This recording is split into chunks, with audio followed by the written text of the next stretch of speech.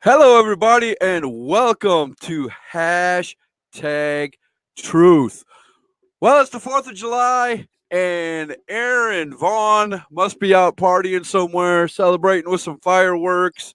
Um, he hasn't showed up or answered my invite, so I'm going to run some of this show by myself tonight. We're going to talk wrestling. I'm going to take comments. I'm going to take questions. Let's just have a good time. Let's talk wrestling, guys. If you guys can find Aaron Vaughn, I'm ready for the show, man. But right now he's a no-go all day. I've sent him 3 messages and I haven't heard a word.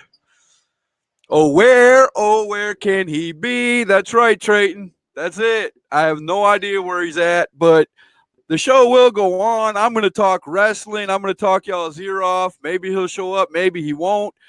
But Hashtag Truth is going to go on. If you guys have any questions for me, talk to me. What you guys doing for the 4th of July? What are your wrestling plans in the near future, man? Tell me, what shows are you going to? What wrestlers are you looking forward to seeing? Let's talk. Dexter Myers, the only thing that's boring about this is that you were at my show. No, I'm just kidding. Welcome, Dexter. Yeah, well, can't help it if wrestlers don't show up, man. Nothing I can do. It's me and a wrestler, or me and wrestlers, or if they don't show up, it's just me. So I can't tell you my plans. I have big plans, big plans. Man, I hope they're really big. Tell me about them. Let's talk. What are you doing, Dexter? I was looking at Facebook earlier today and looking up and down the page, and I saw a lot of people putting up their favorite wrestling memories from July 4th. What was your favorite wrestling memory from July 4th? I'll tell you mine. It was Yokozuna versus the big man on the ship. Man, I'm telling you. Big Country said he'll come on until he gets. Hey, man, you got it, big guy. I will definitely send an invite your way. You know you're always welcome on Hashtag Truth. Give me 1 second. We'll hook you up, man. Sounds good. There you go. Little 4th of July switch off and surprise. Let me find you on the list here, Big Country, and I'll definitely send you the invite.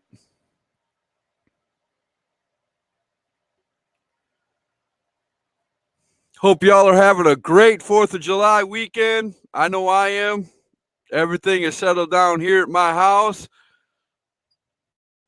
We're going to get the big man on here. Big Country. I just sent you an invite. Whenever you get through it, man, and show up, I'll have you on Hashtag Truth. How's everybody doing tonight, man? Jamie Lee, how are you doing? Just like that. See how things change? Hashtag Truth, man. Hashtag Truth. If you don't show up, we'll replace you. Adrenaline Pro Wrestling in Rockingham Saturday, Richmond County Rescue. Now, that's what I'm talking about. Give us the shows that are coming up that are going to be available. Tell me where you're going. What's your next show? If you're a wrestler and you want to be on Hashtag Truth, here is your chance to talk to me. I've got a free night. We're gonna spend about an hour. We're gonna get Big Country on here, and we're gonna have ourselves a blast. Trayton said, "Yay, Country!" That's right. Man, Big Country is one of the greatest wrestlers I've had to interview. If you haven't been on my Hashtag Truth YouTube page and subscribe, Big Country was one of the first ones I interviewed when I came to my new platform like this, and man, he's always number one in my book. How are you doing, Jamie Knight? Hope you're having a good night. Joey Godfrey, Mr. EWF. How are you doing, Joey? I see you made it, and I forgot to send you a message. Sorry about that. Max Carnett says Big Country. See, they're all excited about Big Country. Let's see if we can get him on there. Brandon said he's at the Owls game. Are they winning, Brandon? That's all I want to know, man. Trayton says, I believe my next show is NAWA July 13th, Big Donnie's birthday bash. There you go. If you're a wrestler, give me a promo. Tell me where you're going to be. If you're a fan, tell me where you're buying tickets. Big Country has just come aboard. We're going to get back. We're going to get to him in just a second. Need Hunter Taker. How you doing, Lisa? Happy 4th of July to you, Brandon, and everybody else. Let's get Big Country on here. Let me set this up. He's rip roaring and ready to go. Let's see if we can get this going. What's up, big man? What's up, buddy? Well, I had a no-show tonight. I'm glad you, Mr. Man on the Spot. How you doing? Well, you try to put the professional in professional wrestling. So, I saw you were on here. Decided, since you had a no-show, I'd pop on here and see if we can have a good time. Man, I totally appreciate it, brother. And like I said, you were one of the very first people that I interviewed when I changed over to this format. And it's on my YouTube page. I saw that you subscribed. Thank you very much. That I did. Let me get this out of there. There, now it looks a lot better. A little bit more professional there. If you guys have any questions for Big Country, comments, tell me where you're going to be on the next show. Where are you going to be, Big Country? Well, unfortunately, I guess this weekend I'm not wanted, so I will be letting my body heal and recuperate, kind of nursing a sore hip, and my right knee's giving me a little trouble, but, it gives me more time to go to the gym and just let my body, heal itself. But next Saturday, I will actually be in Augusta, Georgia. I haven't been down in Georgia in a long time, but I will be making my debut for Livewire Wrestling. Going to go down there and rehash an old rivalry I had with a man by the name of Big Game James. Anybody who knows Big Game James, he's a gigantic, jacked up freak who is not going to be easy, but, I'm going to go down there. I'm going to do what I do and pull out the victory and make my debut a successful one. There you go, man. That's what I'm talking about. And, man, there's a lot of shows going on over the weekend, over the next, 2-3 weeks. It seems like everybody is kind of spacing it out, taking breaks for the summer, but the way they're spacing it is there's a show every weekend. So it's kind of cool the way a lot of these promotions are doing it, at least around my area in North Carolina, South Carolina. I don't know about Georgia and all that, but man. Georgia's got a lot of shows going on. I mean, I just haven't been, I guess, up quality enough to be on there, but now I guess, they're paying attention and realizing that I can be an asset to their company. I can be entertaining for them. I can be, one of their top guys. If one of them Georgia shows can give Jake Jacobs a belt, I'm pretty sure you'll go over pretty good in Georgia. Wait, who? No, Jake, yeah. He's the North Georgia champion right now. I can't remember which organization, but he's the North Georgia champion. Well, and my daughter's in there screaming for him. Oh, Dexter Myers wants to know, do you miss him yet? Like I would miss hemorrhoids. There you go, man. There's your answer. Nah, Dexter always made it interesting, man. We all go through our down spots, but just keep the faith, and you'll be back soon. Dexter's a great guy, man. I miss him. I ain't gonna lie to you. I miss him. I miss dropping him on his head. I mean, but that's just me. I miss watching you drop him on his head. So Randy Carpenter wants to know, how many years have you been in the business, Big Country? Actually, July 13th will be 14. 14 years. Yeah, that's 14 years of wear and tear on the body, man. Oh, you ain't kidding. That's why I laugh when people talk about how fake everything that we do is, and but those are the That's one thing I'll never call wrestling is fake. Well, they don't have the balls to get in there and do what we do, because most of them probably couldn't even get past one bump. So, I could let them talk, let them say whatever they're going to say. because we all know at the end of the day that what we do is rough, tough, and you got to be a little sick in the head to do it. That is the case, man. That is the case. Valo says he wants you. Valo versus Country. He's got to get past Max Carnage first. I saw Max Carnage gave him a little mist to the face, and he cried like a little girl. So I think he's got to get past Max Carnage before he gets to me, because I don't throw mist, I throw fists. So there you can't go. Take a little mist to the eye. How are you going to take one of my big old ham hocks to the side of your face? Right. I'm pretty sure this was not to you, Big Country. It's probably to Dexter Myers. Brandon said, no one misses you. You still suck. I'm pretty sure that's towards Dexter. And Dexter says, I, for one, do not miss you dropping me on my head. I have to work Monday mornings. Hey, that's worse than a hangover.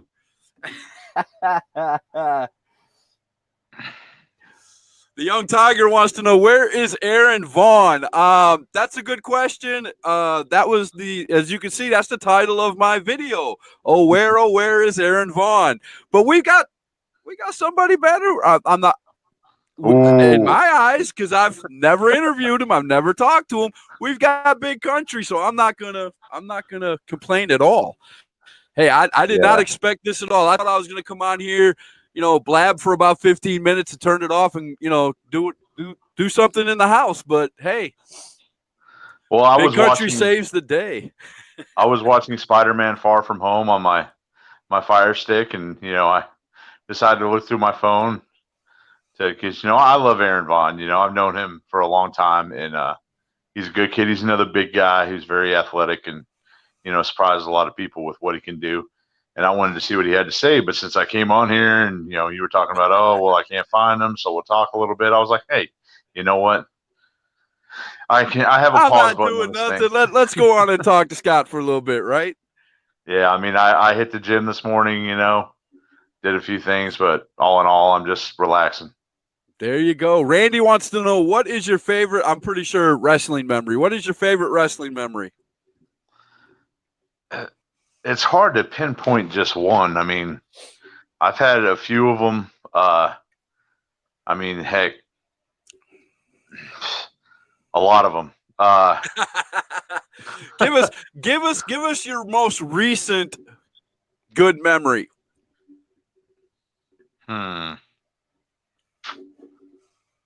Other than dropping Dexter Myers on his head. Yeah, that was, that's happened so many times. It's really not a favorite. What about dropping? I can tell you what. It may not be recent, but one of my favorite memories when I worked for SWA and David Reimer, who's no longer with us, we used to do shows once a year down in Camden. Camden Mania is what we would call it. And not my first show, but my second show being there, it was myself and Salem Center 6. I don't know if you remember him. Real awesome guy. And we tagged against Wicked himself and WWE Hall of Famer Hacksaw Jim Duggan. Well, the way they had the stage set up down at Camden Mania, you remember the old WCW where it would go from the stage all the way to the ring, had that platform? Oh, yeah. That's exactly how they had it. Well, on this night, we had a little over 2,500 people, but I didn't know because I stayed in the back the whole time until it was time for our match. Now, but David and Hacksaw were in the ring first, and when our music hit and I stepped through those curtains, and I know 2,500 for those that have been to like WWE and stuff like that, doesn't seem like a lot of people, but for an indie guy like myself, stepping through that curtain and seeing the sea of people just go nuts, even though I was a bad guy that night, it's a feeling unlike anything that you can experience. I'm telling you, it's better than drugs. It's better than, any type of euphoric substance you could put in your system to heighten your senses and everything. The adrenaline went through the roof, didn't it? Oh, yeah. I mean, I'm sitting there and I had to stop. And luckily, I was wearing my skull mask over my face because, all in all, I was cheesing like crazy behind that mask. I leaned over I leaned over to Six and I said, dude, he said, I know, let's go. So we get to the ring, and actually, I almost got my eye taken out because anybody that knows Hacksaw really can't see very well, and you know how he likes to do the thing where he swings his 2x4 around in the ring. Right. Well, I didn't see that happening, and I went to step through the ropes, and the moment I turned my face, I'm talking about centimeters away from my eye, that thing flew, and I dove out of the ring, and I was like, "Yep." But It- that I have to say is up there with one of the top ones because to this date, probably except for maybe a few times at the Strawberry Festival, that's probably one of the largest crowds I ever worked against. And the match we had was, it just everything fell into place, everything felt perfect, and so satisfying at the end. I you just remember want to walking relive back. that. You want to relive those matches over and over and over Oh, again. I'd wish I had every single match I've ever had. I wish it was like that. And when we got to the back, Hacksaw gave me a big hug and told me thank you, and that he enjoyed every minute of it. And so that's one of my top ones. That's up there. But Right. Now, let me ask you something, because you said when you came out, you were all geeked. Have you ever come out to a good audience or something, and like you said, get geeked like that and make a mistake in the ring because of it? no, I mean, Or have you seen, or maybe your opponent did? you get butterflies. I mean, anybody that doesn't get that feeling in their stomach before they're about to go through that curtain doesn't need to wrestle because that means they've lost the passion, they've lost the heart for it. But once I get in that ring, it's business. I'm not saying I've never screwed up. I think everybody has, but a true professional will get around that. You know, uh, you know, screw ups happen. They're going to happen all the time in wrestling. That's why they have Botchamania. That's why they have so many websites set aside just for But people screwing but up. the good ones could take a botch and actually turn it around. I've seen people take a botch and actually make it look really good. You know what I'm saying? A lot of the times, the only people that know who the botch is the two people that are in the ring. The other people on the outside, Right. as long as you don't freeze or inside, you're like, oh God, what am I going to do? You can cover it, and that's Right. all part of being a true professional. It's taking something bad like that and turning it into something good. Matthew Miller says, Mr. Big Country, what's your favorite wrestling match of all time, yours or one you have watched? Well, I have two matches myself that I've had that are my favorites. One being against James Drake at PCW, and the other one being against Mr. Streamer Party Ethan Case, and we were at ACCW down in Hidden Night. It was the first time me and Ethan had ever been in a ring together. We'd ever faced each other, and I told you those matches you have where it's so harmonious and everything just falls into place so right that it's like the stars aligned just correctly. The wind blew just the right way, and it was everything the match needed to be and more. And Ethan came to the back and told me that he would wrestle me any day of the week, that he enjoyed it that much. And that I was in a point in my career where I was actually thinking about hanging him up. And Oh, wow. To hear something like that from somebody of his caliber, where he's been, what he's done, is it's like it gave me a shock to my system, and it was like, you know what, maybe I can do this. Maybe I'm not, maybe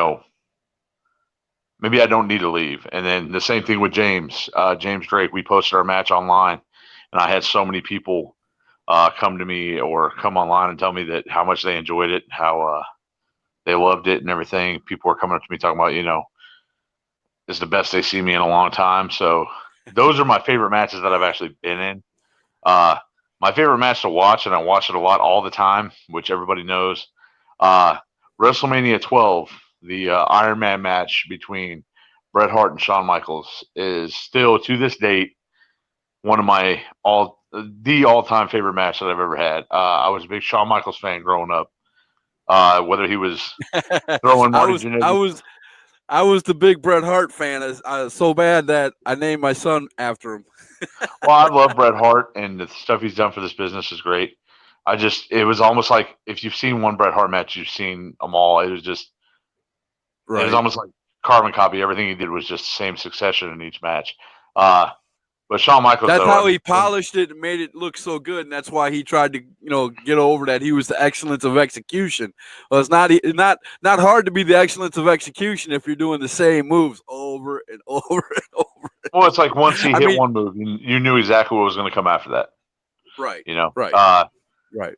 But Shawn, sometimes that's good for the fans, though. Sometimes the fans, enjoy, hey, here it comes. Well, especially those fans that aren't maybe too intelligent and are hard to follow.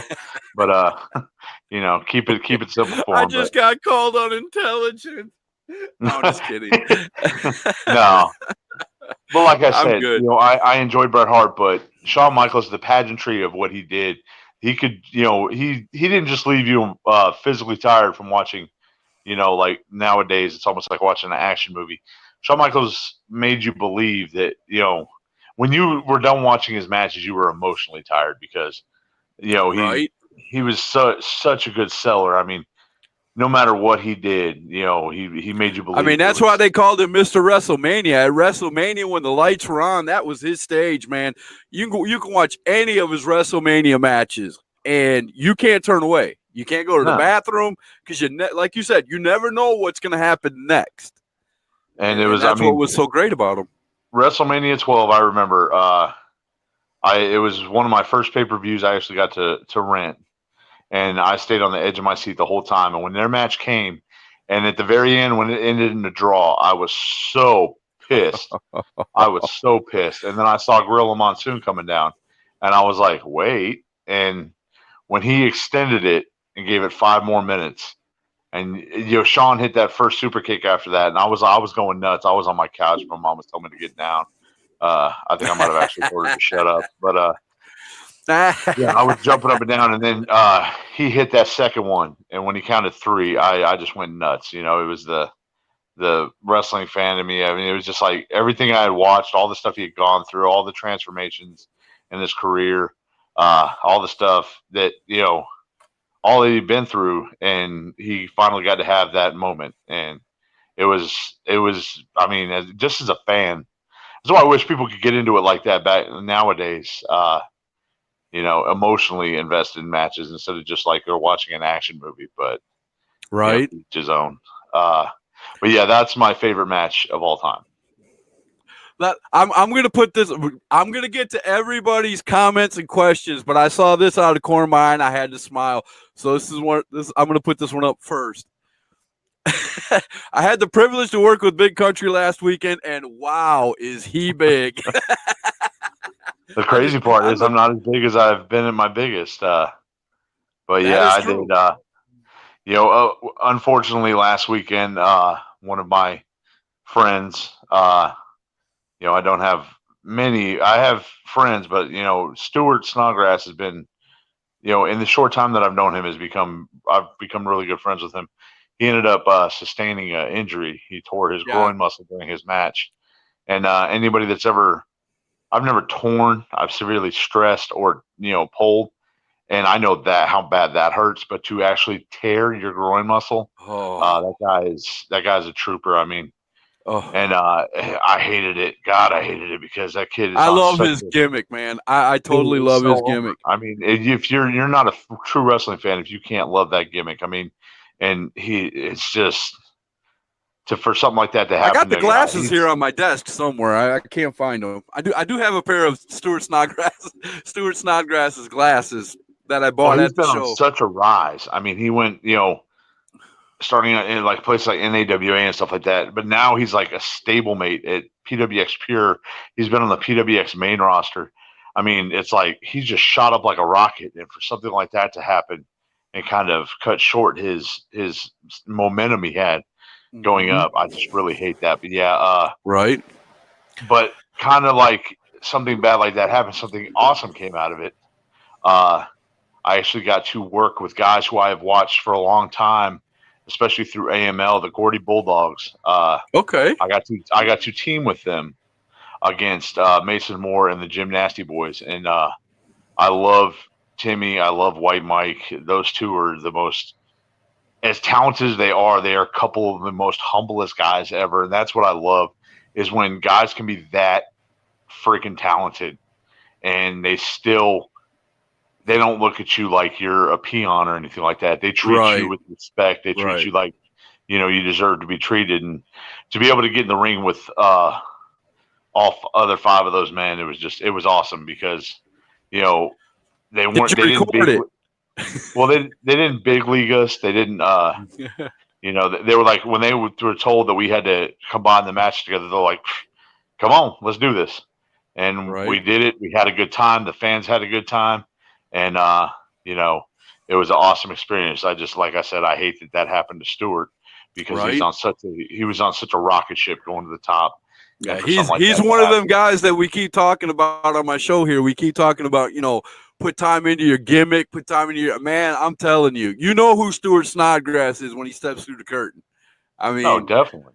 I mean, I still to this day watch some of his promos. They're so awesome. He gets so into his character, and I just love it, man.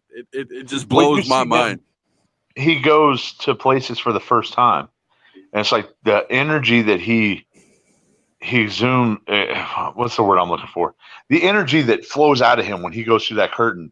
People just can't help but stand on their feet and like go nuts. It's just like they may not have ever seen him wrestle live, but they know that, I mean, I'm pretty sure that you can, find him anywhere on the interweb. And, you're in for a good time with Stuart comes through that curtain. You put Stuart Snodgrass in the search engine up there in Facebook, and not only will you get his website and that, but how they put there's like probably 2 or 3 pages of feed where people are showing clips, people are talking about him and things like that. When you get that as a wrestler, an indie wrestler or any kind of wrestler, you're doing something. I mean, any social media. I mean, I'm just using Facebook as a reference, but you look up Stuart Snodgrass on almost any of the social medias, and there's a ton. I haven't ran into anybody who has had a bad word, a negative word about Stuart Snodgrass. No, and if they do have a negative word to say about him, they're probably just jealous haters. That's about it. Right. Yeah, unfortunately, I share a name with 200,000 other guys on that. Yeah, Jesus Christ. Every time some big country pops up, I get tagged in it. And it's usually some guy that's, oh, gosh, I'm telling you. I'm going to try to catch up on some of these because Dexter Myers says, when he and Barb's double choke slam me, Barb's must be Barbarian. Double choke slam me, that's his favorite memory. Yeah, I remember that night. Dexter sent his goons, the Sons of Steel, out to beat me up. Barb wasn't having it. Barb wanted us to have a, good old one-on-one fight. And they came out. He got mad. He beat those 2 up. And then, Dexter decided to poke Barb and tell him that he listens to what he says because he's paying him. So, yeah, he got double choke slam. Randy said, I met Country CEO of his fan club. Pretty great guy. No, he is talking about my buddy MJ. I know he was feeling under the weather. So if MJ or his mom are watching, everybody give that guy some if they are watching, I am still going to get you and MJ on the show. I'm working on it. Trust me. What I'm thinking about doing, I didn't mean to cut you off, Big Country. What I'm thinking about doing is I'm going to have a super fan week. And I'm going to make I'm not going to make, but if MJ wants to come on that week, he's got first dibs. So just talk to his mom. I guarantee you he'll jump at the chance of that. Brandon said, I have a question for Country. Would you ever think about going to WWE, ROH, Impact, or AEW? Brandon, no offense. What kind of question is that? I was about to say, that is the dumbest question to ask a wrestler. I mean, I'm not trying to call you dumb, Brandon, but I jump at the chance to go to WWE, ROH, and I'm not even a wrestler. Believe it or not, though, if I really had a choice, it would either be ROH or AEW because, no offense, the AEW right now, I mean, after their past 3 shows they've had, is just they're on such a rise. I mean, it doesn't get to come around often where a show has so much momentum behind it and so much backing that they can actually possibly could challenge, WWE. There hasn't been a entity come along that has been able to challenge them for such a long time. I mean, I think one of the worst things that ever happened was, when they bought WCW and sent it away, because Right. competition is what makes you better. Wrestling now, it's like Vince has got this momentum behind him where he's like, I have no challenge, so I can just put whatever I want to on TV, and they'll have to like it, because what else is there? Well, now you got an entity that's got a backing behind it. Tony Khan, a billionaire, owner of the Jacksonville Jaguars, trust Cody and Nick and Matt and Kenny and so his son. much. His son is actually running it. His son is actually the president, and then Cody and all of them are the vice presidents. Yeah, well, I mean, yeah, it's been such but a long there's time. still a lot of money there, brother. A lot. Well, it's of not money. just that, and the money is one thing, but when you actually give the fans what they want, everybody always talks about, you hear Triple H and everything all the time.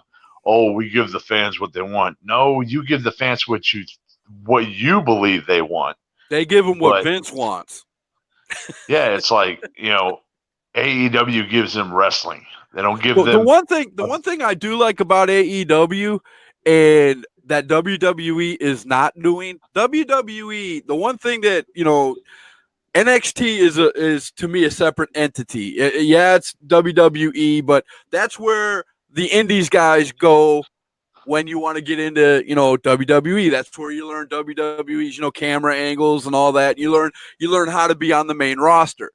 But AEW is taking a lot of these guys straight from the indies, man. Hey, you got a following. Come with us. Hey, you got a following. Come with us. They're coming. There's like 5 or 6 guys that are wrestling for them right now, that nobody's ever heard of, and now all of a sudden they're on a grand stage. And I think that is excellent. And it gives a lot of opportunities for shows like PWX and things like that. And more, reason to get up there to those shows, because you never know when AEW is going to come around and walk into that town. So I don't know if you've noticed, but Vince and Triple H have been signing guys like crazy, so much that they have them on their rosters, but they don't know what to do with them. They have no idea. Like, they have guys on their rosters that haven't seen TV time in 6 months. Well, Cedric Alexander. I've known Cedric my God, my whole career. The fact that guy does not have a permanent spot on the main roster, they use him for little spot vignettes and stuff like that, pisses me off beyond belief. The way they kind of treated the Revival. I mean, all these are Carolina boys, but these guys are so ridiculously talented. Cedric Alexander, you could put him in there with anybody, and he will make them look like $1 million, and that's what you need. And the fact that he's not being used, he was the when they had the Cruiserweight tournament, he was the star. He was the one that everybody was, chanting, please sign him. And they gave the belt to TJP, who's not even there anymore. TJ Perkins, he, from what I hear, he gets a big chip on his shoulder a lot, especially if things don't go his way. Nobody really knew him other than doing the Manic or Suicide gimmick in TNA. I really was not very impressed with TJP. I don't know why that happened. I wasn't either. I wasn't either, to be honest with you. And then, he's thought he was more of a star than what he should have been on 205 Live. And then you go to Impact. No offense. I think that's taken a step down. I maybe would have held out and tried to get an AEW contract, or at least going back to Ring of Honor or something like that. But, guys like Cedric. Cedric is so unbelievably talented. And he could challenge on that main roster anybody you have on there. And, I think him and Seth Rollins would have like the 7-star match with Dave Meltzer. Look up Cedric Alexander on YouTube. I did one day, and oh my gosh, the matches you will see that he did in North Carolina here while he was in the Indies, you would just be like, why isn't he doing that on WWE? I mean, dude, you're right. I sat there for like 4 hours one day just watching him. I was at Ziggy's at Winston-Salem to watch Cedric Alexander versus AJ Styles. And I will tell you what, I was so emotionally tired after watching that match. I watched Cedric Alexander almost knock AJ Styles out. Like, AJ was stunned, sitting there, shaky legged, and it just. I'd say that Cedric Alexander is almost like this generation Shawn Michaels, because he has everything, and he gets you so emotionally invested in his matches because his expression, his selling is just so top notch.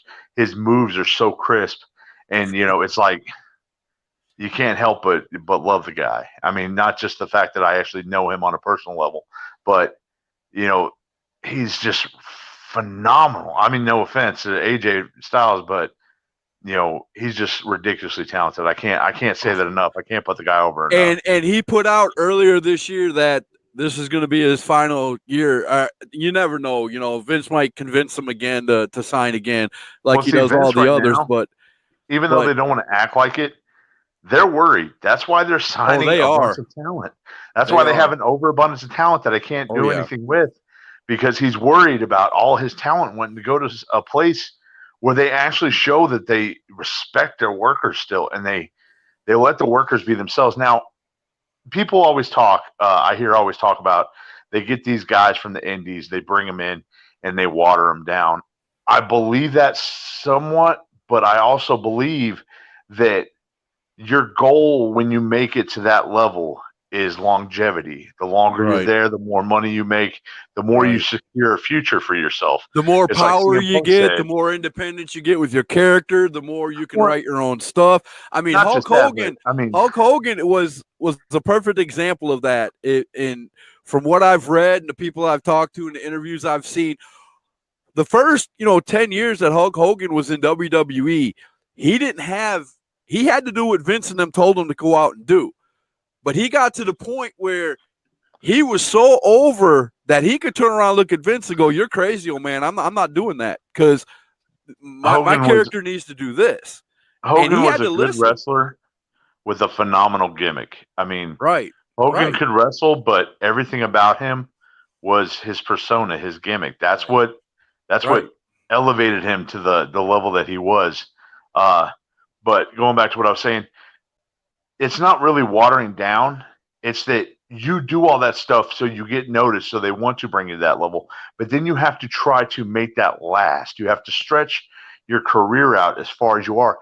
And if you're going 2,000 miles per hour, sooner or later, your body's going to catch up to you. Those injuries, those little nagging injuries are going to catch up to you. But if you pace yourself, slow down a little bit, maybe not do as much dangerous or risky stuff, then you can last longer and make more money. If you're injured, you're not going to be making what you usually are. So play it a little bit safer, like The Miz. I mean, how long The Miz said that he's been without being injured? Yep. But he's kind of had a roller coaster of a career here lately. He's up and then he's down. He's up and then he's down.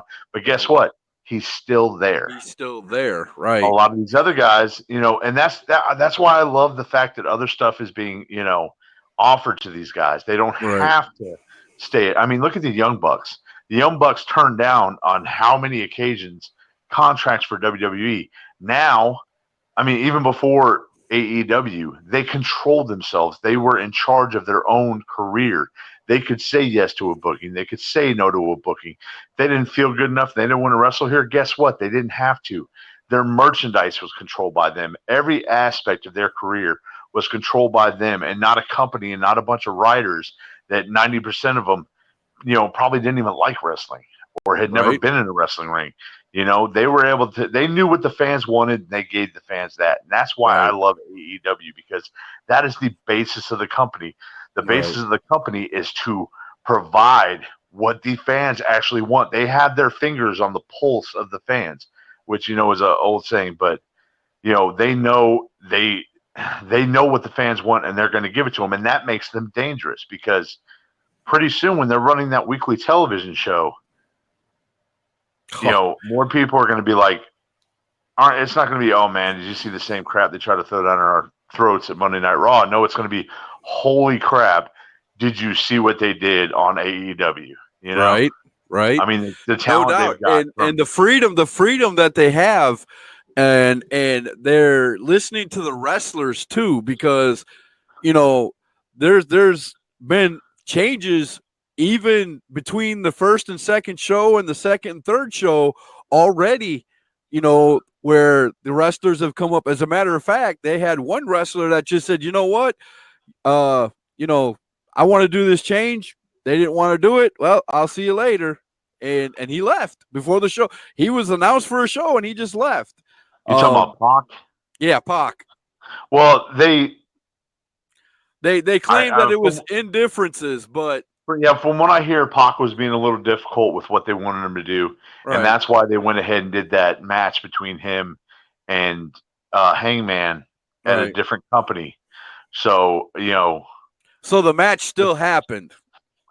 Well, the match happened, but it wasn't for AEW. But the fact of the matter is, if you don't understand what is happening right now with AEW, if you don't jump aboard, on the rocket ship before it takes off, guess what? You're going to get left behind. And they've got so much awesome. MJF, Maxwell Jacob Friedman. That dude is going to be the next Rock. Well, I've met this guy like last year at Battlefield when I did PWX on the main roster. He was there.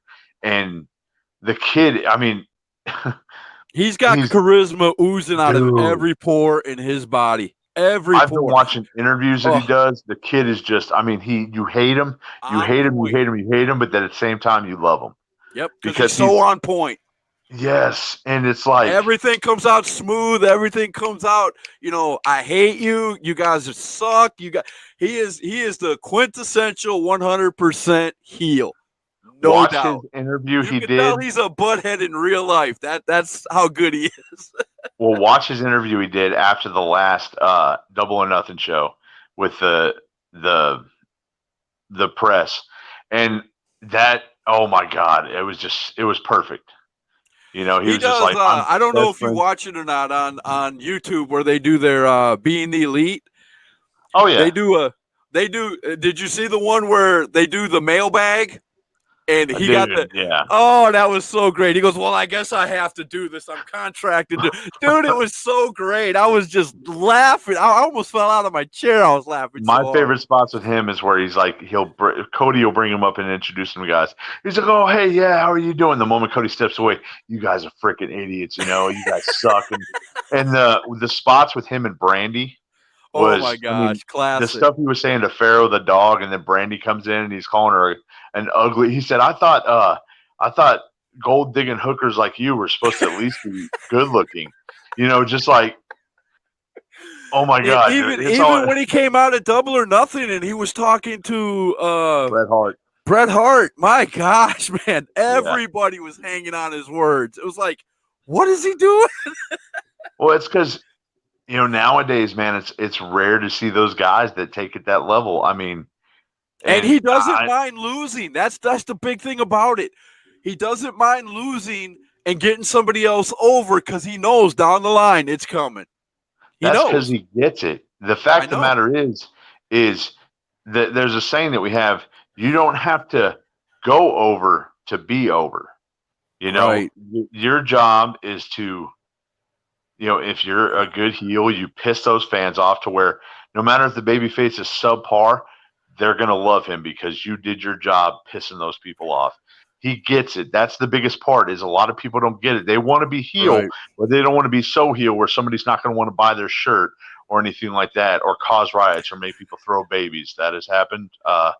But, that's a little crazy. I'm not laughing at you. I'm looking over here at the comments. I'm going to have to start hitting these comments before I have a riot on my hands. Let's hit the comments, man. Let's do this. How did you meet the CEO of your fan club? MJ, when we were running shows at Mooresboro Gym in Mooresboro, that was where I first met MJ. I could tell automatically when his mom asked me to come up and take a picture with him. There was just something about the kid. He was so happy. And so like, he gets so excited when you come out, man. He jumps out of his chair. It's awesome. It's awesome. Dude, I get excited when I come out because I see him there jumping out of his chair. And that's it. But yeah, he's so, there's just an energy about him that no matter if I'm having a bad day or not, when I see him and I hug him, it changes me. It's like, I could be so Right. mad, so pissed off at something, and it's like, not anymore. Right. Joey Godfrey wants to know, who is your favorite unbookable and why is it Boomer? My favorite unbookable is Boomer because when I shove my fist in his face, it's such a good feeling. And when I pick him up and body slam him, it makes me feel so good. There It's you like go. therapy. Max Carnage said, the first time I was in the ring with Big Country, I bit his hand, then got clobbered. Uh-oh. Well, no biting. No. You learned quickly not to bite Big Country. Match idea, a battle royal with every wrestler with the name Big Country. Winner gets to keep the name. You know what? I'll be the first person eliminated. Wow. Yeah. You have told me off camera that you do not like the name Big Country, but everybody recognizes you as it. So I took a negative and turned it into a positive because I have people that, I've seen it where somebody will be like, oh, we've booked Big Country. And the fans will go on there and be like, that's not Big Country. Right. Big Country. I just saw him wrestle in North Carolina. That's Big Country. That's not Big Country. And that makes me feel good. Like I said, if I could go back 14 years and when my first ever manager, James McComb, said the name Big Country, I would have been like, next. Because, I don't like being, yes, I'm a big guy. I'm not in tip-top shape. I'm trying. But I hate when I'm associated with these guys that, come out there and they're dressed in their rebel flags or their overalls or their camouflage. And a minute, maybe not even a minute into the match, they're sucking wind and can barely breathe and can barely move around that ring. And it's kind of insulting to me when I go out there being a man the size that I am, and I can entertain and rock a crowd better than a lot of the guys that are doing their acrobatics and their flippy stuff, because I know how to read a crowd and do what they want and be what they want. And it's kind of insulting when I get tagged in crap and I see a guy that, people say I have no business being in the business because I'm not physically jacked. But you watch these guys and it's just a freaking disgrace. You're almost watching them have a heart attack in the ring, just trying to climb up the steps. It's ridiculous. Right. But not only that, you're a big man, but if they say you don't know what you're doing in the ring and that you can't move around, they've never watched you in the ring then, because it's always don't judge a book by its cover. James Drake said it best. Don't let the physique fool you. I've tried to live by that. If that was the case, Yokozuna sucked. We can go down the line of big wrestlers that, that you could say sucked. And that's the hypocrisy. If you look at them and say, yeah. That's very hypocritical when people say that, because you got guys like, Big John Studd, Crusher Jerry Blackwell, Haystacks Calhoun, guys like that who people call them legends. But if somebody is that type of physique doing the same thing that they did today, they say that they're fat pigs and are a disgrace to the business and don't deserve to be here. That's the hypocrisy that you have in this business. Because the Hammer Valentine, oh my gosh, we can go up and down the list of wrestlers back in the day. Greg the Hammer Valentine, Harley Race, the Great Muda, not the Great Muda. What's the other one that came out with the mask and had the painting all over his belly? Jesus. Ugandan Giant, Kamala. Yeah, Kamala. And all that. If they came out today and you went, oh God, they're big and fat. They're not. Look what all the stuff you would have missed.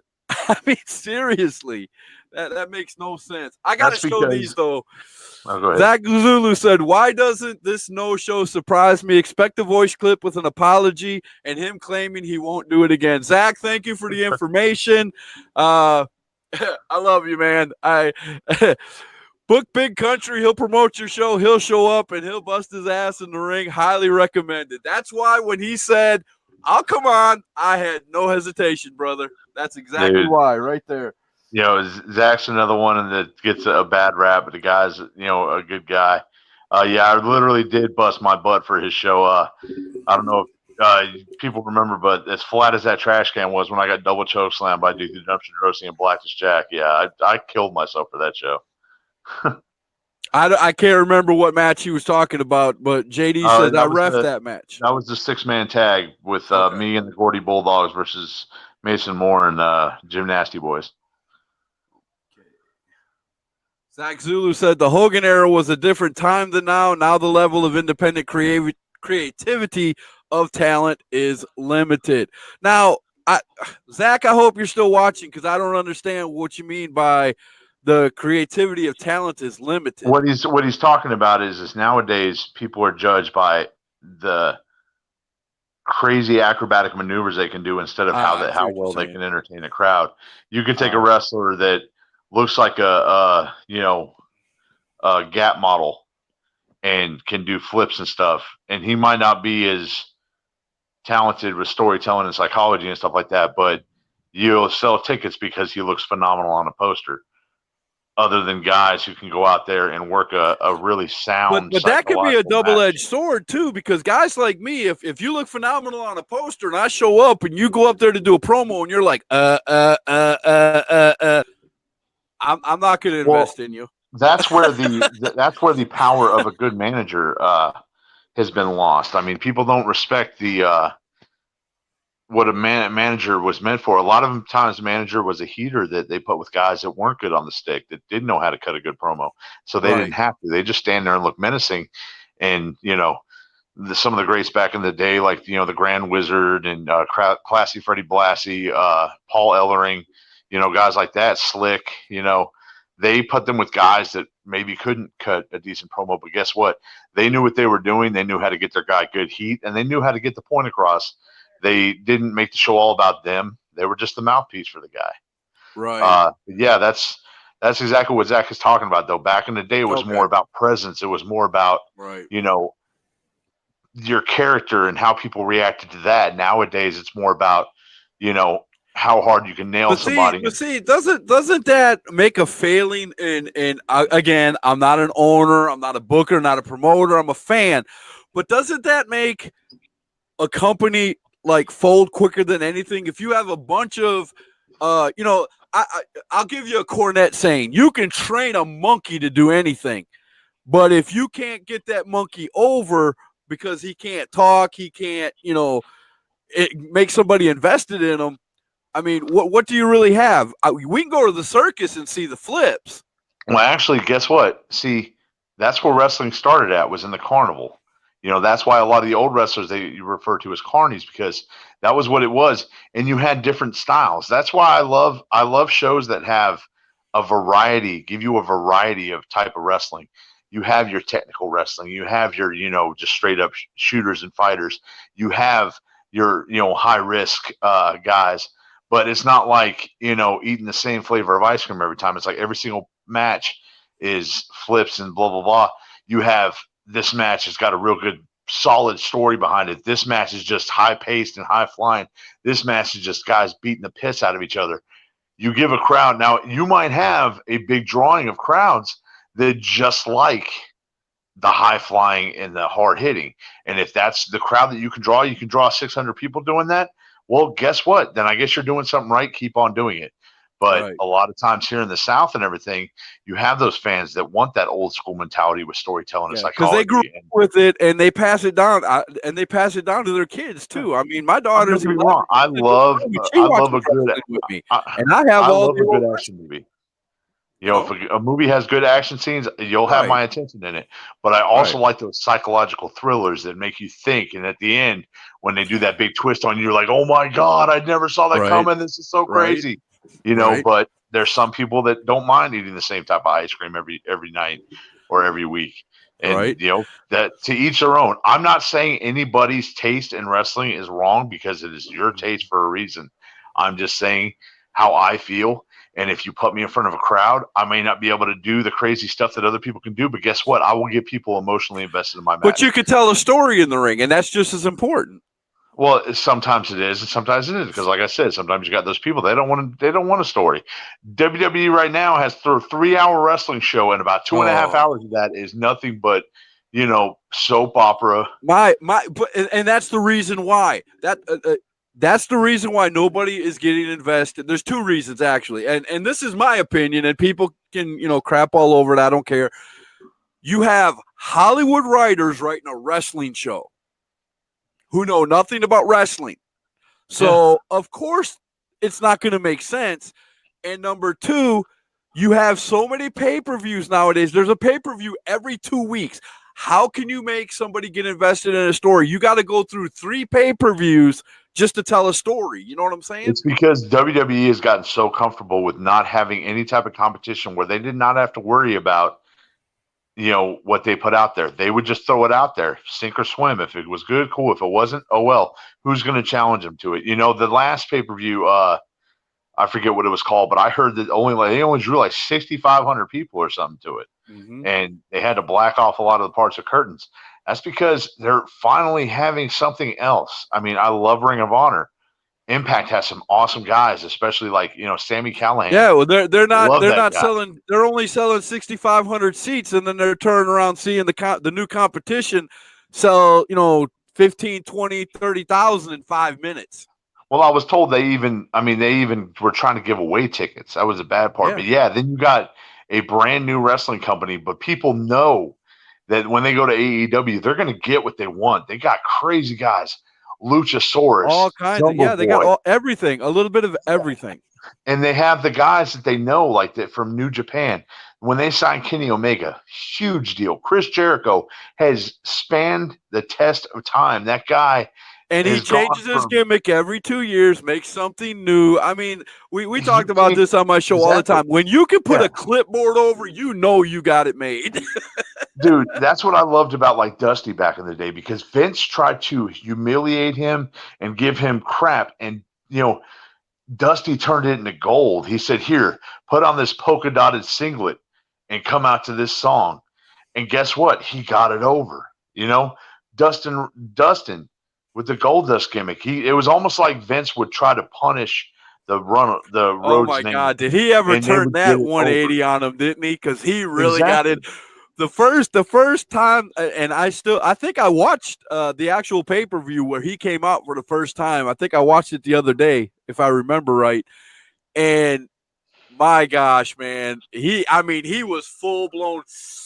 And touching people, and oh my gosh, it was just like everybody was like, what is this? What is this guy doing? Nobody had seen an androgynous character like that since Gorgeous George and stuff like that.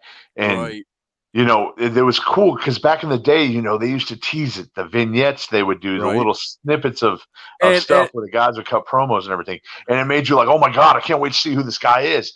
And then they would show it, and it would be like, that sucked. Or it would be like, oh my God, this is awesome, And I'll bring that closer to home, man, because I put a post up earlier on my Facebook page here.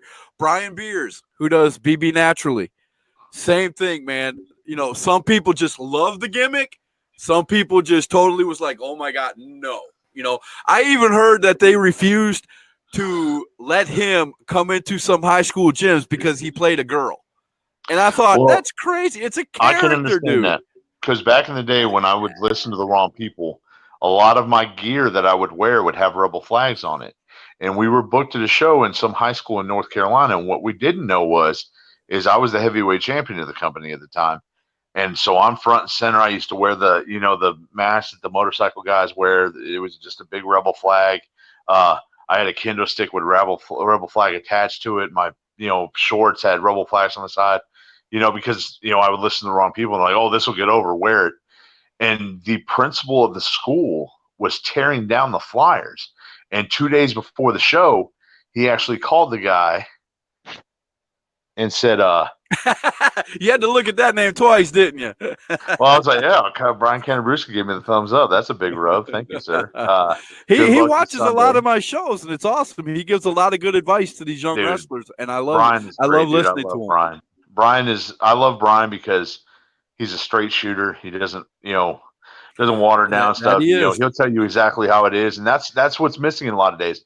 Because you guys got guys that come in the back and they could have the most horrible match ever, But they'll go to their friends like, "Hey man, what'd you think?" And they're like, "Oh man, freaking awesome, man! Oh my god!" But if you actually have guys that actually Honesty goes a long way, man. you come back to the Honesty back goes a like, long way. it's not just, "Oh man, your match was horrible. You need to quit." No, the Right. good guys in wrestling will be like, "Well, it wasn't really that good, but sit down and let me explain to you why I feel that way and why I think it's this way." And true guys that want to learn and do stuff will sit down and listen to it, take it as, taking it to heart and actually be like, okay, this guy actually gives a crap. He actually watched my match and, he's over. So I want to be over. So I'm going to listen to what he has to say. But a lot of guys don't want to hear that. All they want to have around them is yes men, of people that will tell them exactly what they want to hear. And if, and you could tell by the guys, if you start saying something that is something they don't want to hear, they walk off, or, you could tell they just get disinterested in what you have to say. Right. Dexter Meyer says, managing is a lost art. I'm trying to bring it back. There are a few managers out there in the indies right now. I'm not going to name any names, but there are a few managers out there that are, man, I'm telling you, I'm going to name names. Why not? Dexter, you are one. You're man, you got the crowd's eyeballs all over you. Perry James is another one. Really good. Father Darkness. I've seen plenty of matches with Father Darkness on there, and he could carry a crowd. It is a lost art, and I hope it does come back where I don't want everybody who comes out to the ring to have a manager. But like we said, if you're, still learning promos and you're not good with the mic in your hand, put that manager on you until you get them skills up to par. You know what I'm saying? Well, all those guys you named, phenomenal managers. There's a couple guys though. The Tommy Thomas. I don't know if you've watched any of his stuff. Yep. He was a manager of mine when I was with XWW. That kid, from where he was when I first met him to where he is now, is just stratospheres beyond. I mean, that kid is so friggin' talented, and it's all over. He's not just an awesome manager. He'll be your guy in the back. He'll be everything that you need for a show. And I love that kid so much. I mean, I can't say enough good stuff about him because, like I said, I knew him when he got started and where he is now. Go back if you can find it.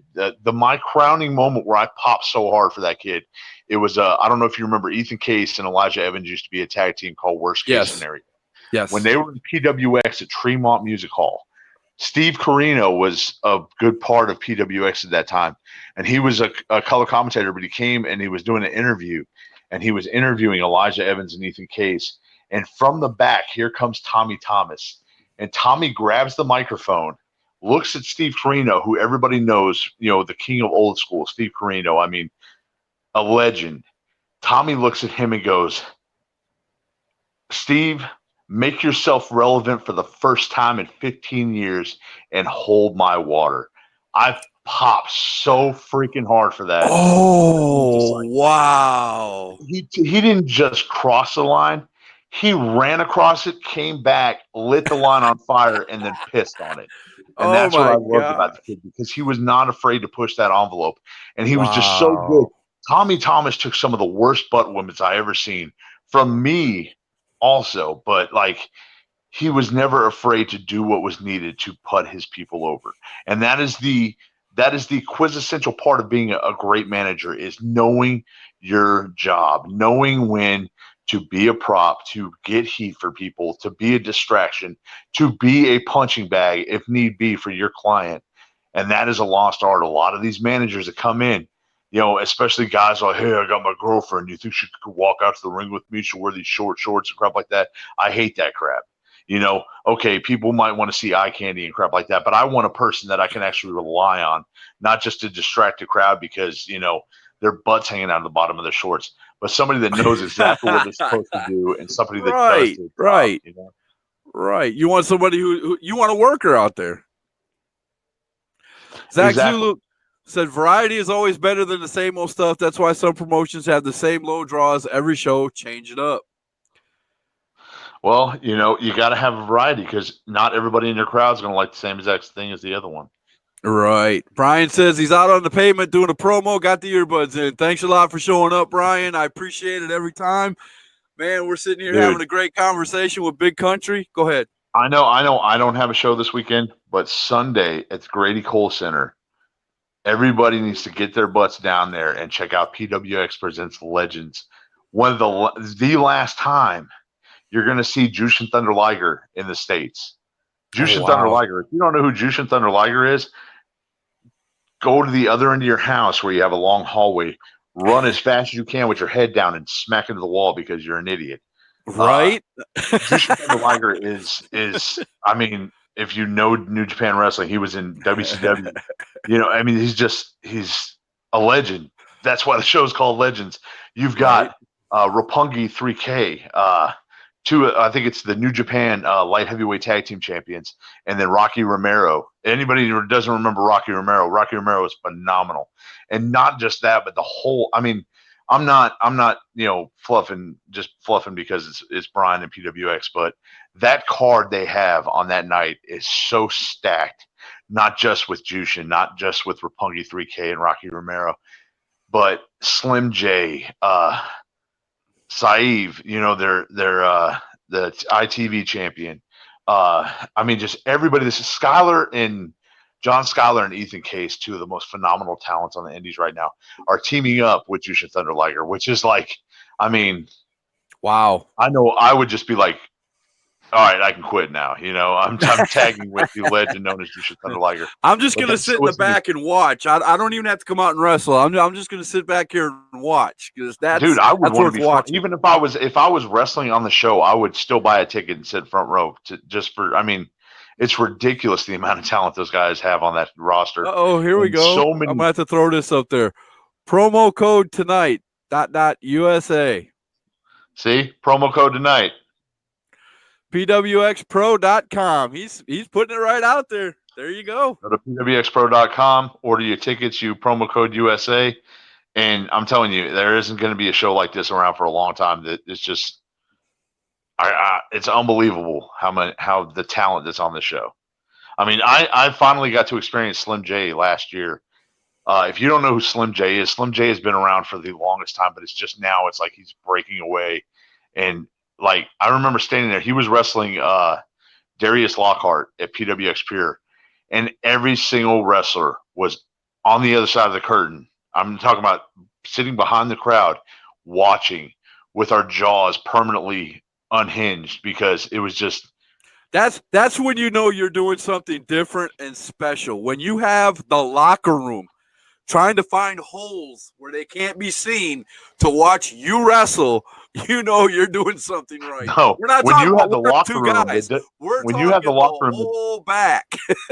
When you have the locker room that doesn't mind coming out from behind the curtain and standing in front of everybody to watch your stuff, that's when you know you've got something. They become part of the crowd, right? What are you guys doing out here? Shoot, we're watching the match, man. We're watching magic happen. That's what we were watching. Slim J is magic. I went back and watched his stuff. Go back on ROH and watch some of the stuff he did. He has a match on there with Amazing Red that was like, it was just, oh my God, I couldn't believe that I had heard of him so many times from wrestling at Anarchy and stuff like that, but I didn't realize that the level of talent this kid had, and he's so nice, dude. That's the thing I love. He's so humble and he's so appreciative of everybody and how they Isn't it amazing how the guys that are like that are the ones that are going places, and the guys that ain't going anywhere are the ones with the biggest egos? Right. That's exactly how it is. It's like Bizarro World. It's like a comic book. I'm telling you. Right. Okay, Dexter, I agree with you, so I'm going to throw this up there. I was going to skip it, and I went, nah, this would be a good spot for that. Tell the baby throwing story. and here's what he said after that. It never gets old. No, it doesn't. No, because I actually told the story last Friday at the old Dallas Brewery. A company, shout out Jason Dentino, Milestone Wrestling, used to run all the time in Hickory, North Carolina.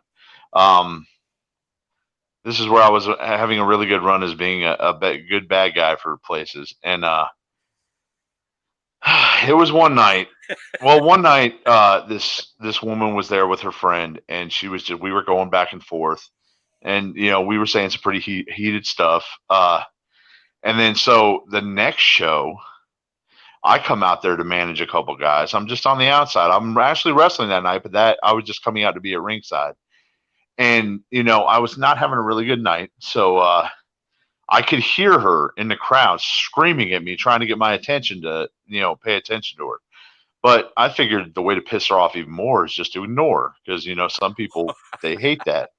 So I'm Right. just in there. And then she called me a fat, and I'm trying to be PC, but the F word, but not the other bad F word, the meaning of Right. somebody's sexual preference.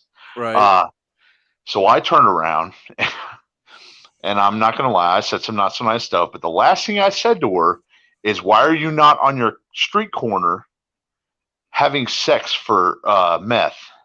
Oh, And I guess that no. meth was the key words, because all of a sudden, I guess it was her husband stood up and he's got a baby in his hands. This is the part And that I never look gets at him old. and I was like, I look at the guy and I'm like, what? He said, you don't talk to my wife like that. And without even looking at her, throws the wife to, I guess it was his mother-in-law. I mean, throws the baby to his mother-in-law, like a handoff. Literally tossed the baby over there. Literally tossed the baby to his mother-in-law. But see, a lot of people may not know this. I was a bouncer for 12 years. I could tell watching a guy when they would start crap, but they would wait until all the security would get over there before they try to go at the guy. So to make him look, he doesn't look like a punk. They're holding him back. He looks like a tough guy. This guy waited, and I saw him look to his left and look to his right until the security and the wrestlers came over there. Then he started trying to charge me. The bad part about it is he threw one of the chairs and it hit his 10-year-old kid in the head. The 10-year-old kid went down. That backfired. And he gets about a row away from me. The wrestlers grab him. I'm caught back. Like, I don't want to hit this guy, but I'm not going to not defend myself if he gets past them. Right. So, and he was a big dude, so they were kind of struggling a little bit, but give big props to Chris Schranz. He goes over there, snatches the dude, turns his head sideways, and proceeds to, it's almost like he's dragging the wrestlers with him, but is shoving the dude out the door. And my adrenaline's going, so I'm like, anybody else? Just trying to be the heel that I am. The guy's grandmother tries to sucker punch me.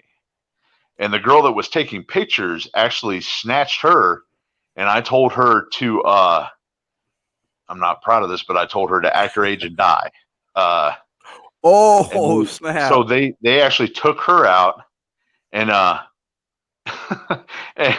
I was like, I'm standing there, and everybody's out of their chairs.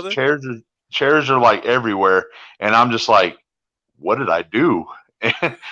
That's I'm worried when because I'm like, the heat is really high. When you have a whole when you make it a family affair and they're like tagging each other in, well, you've gotten over. And I kind of felt bad about it because I didn't want people not coming to the show believing that was going to happen all the time. My thing is if you want attention, I'll show you attention. But if you do it in the wrong way, you're not going to like the attention that you get, because I know how to I know how to push buttons. I know how to piss people off just the right way. It's not the first time I've had people try to rush me or anything like that, especially, waiting for me in the parking lot and crap like that. But on that night, I was worried because the ruckus that it caused. I didn't want innocent bystanders getting hit by chairs the guy was throwing, and I didn't want people being turned away from the company and not wanting to come back because of what had transpired. So, is that the craziest thing that ever happened to you at a show, or no? That's actually not. But the funny part of the end of the story is I walk up to Jason Dentino and I said, "Man, I'm sorry. I did not realize that was going to get out of hand like that." And he says, "Dude, what are you apologizing for? That was friggin' awesome." And I was like, "Oh yeah, yay! I'm not fired, yay!" Because I was the heavyweight champion at the time, of the Smash Mouth champion, and I loved Jason Dentino. I loved working for Milestone because it was a bunch of guys that, we just went out there and had a good time. I miss Milestone Wrestling so much, but that was a crazy night, but that wasn't the most crazy night. I've been there where. One time at XWW, Matt Bourne, God rest his soul, the original Doink the Clown. Oh, wow. We booked him on a match, and if anybody knows the beef between Matt Bourne and the Flairs, if you read Ric Flair's book, Ric Flair has a lot of nice things to say about Matt Bourne. Well, we had Reed, God rest his soul too, booked on a show, and I'm pulling up to the venue. It was Tremont Music Hall in Charlotte, North Carolina. Great place to wrestle. I hate they tore it down. But I get out and I see they had the back door rolled up because, that's where we brought the ring in and everything. And I see a big ruckus happening. And I'm like, oh, crap. So I left my belt and my gear bag in the truck. And I go running up there. And I see some guy. Because I had never met Matt Bourne before, so I didn't know who it was. Saw a guy painted up like a clown. I was like, oh, man, some juggalo to come up here and act stupid. Now he's getting drugged out the door. Okay. And next thing I know, I see Sweet Dreams just slug the guy. And I'm like, holy crap, what the heck's going on? Apparently, Reed had to use the bathroom. The one in there was occupied. So we went out to the parking lot, and he was peeing.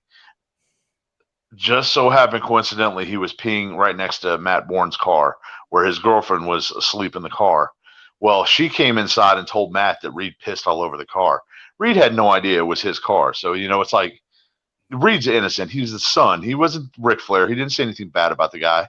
Right. Well, so Matt comes back inside and is like, hey, who's Reed Flair? Dude, you know who Reed Flair is. Come on. You're an idiot. And decides to try to fight with him. Well, when he tries to swing at him, he gets grabbed, and then he tries to swing at Dreams, and Dreams pops him. That was another crazy night. He actually would not come inside until his match. He changed outside. It's crazy because he's changing by his car with like 50 people surrounding it, just like, marking out for him. And then the moment he has his match, all Manny Mac, the promoter for XWW, said was, come inside, apologize, go in the dressing room, sit down, everything, be a part of the show. But no, he couldn't do that. He could not bring himself to apologize to Reed for the crap that he caused. So he changed in the parking lot, came in, wrestled, left, and went right out in the parking lot and left. Oh, wow. Yeah, that was a crazy night. Yeah, I've gone out in the parking lot where I've pissed fans off so well that they're waiting out there wanting to beat the piss out of me. So I always keep calling Mr. Sparky in my gear bag. It's a little taser because, all you got to do is light that sucker off. People run like roaches when the lights comes on. Oh, yeah. No doubt. Frank Roof said, my old tag partner, BC. What's up, Frank? I heard you had a little trouble. I hope you're doing okay, buddy. But, yeah, I remember Frank. We tagged a lot down at APW Spartanburg back in the old building. There you go, man. But no, I can sit here all day and tell some stories. Barbarian's the first guy to ever give me I love listening to him. As you can see, I'm trying not to interrupt you. No, Barbarian was the first guy to ever give me a concussion in the ring. That big old Tongan boot he throws. I decided to be like a man and just, fed the side of my chin. You took it. Oh, yeah. I definitely knew I was concussed right after, too.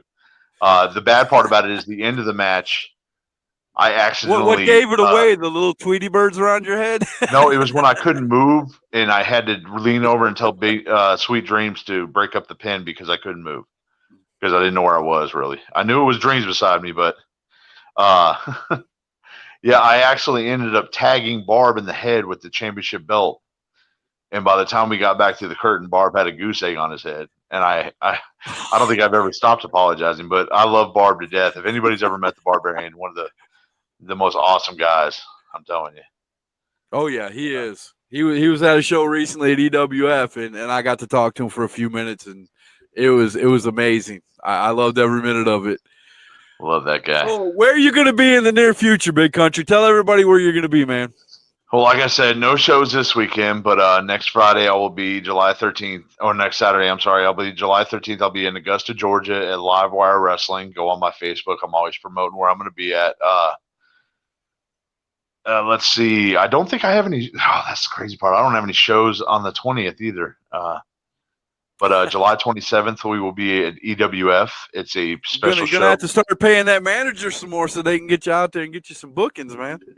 Well, unfortunately, I have to get my own bookings because I'm not that high quality. No, it's just sometimes the stars fall in different ways, and actually it's kind of a gift in disguise, because when you're doing this, working a full-time job and then doing what I do on the weekends, my job during the week is, demanding, delivering car parts, engines, transmissions, all that stuff. And then destroying myself in the ring on the weekend. Sometimes you need to, even though you don't want to, even though you're like, no, I want to be in the ring. You got to have some days off every once in a while, man. You just got to heal the body up.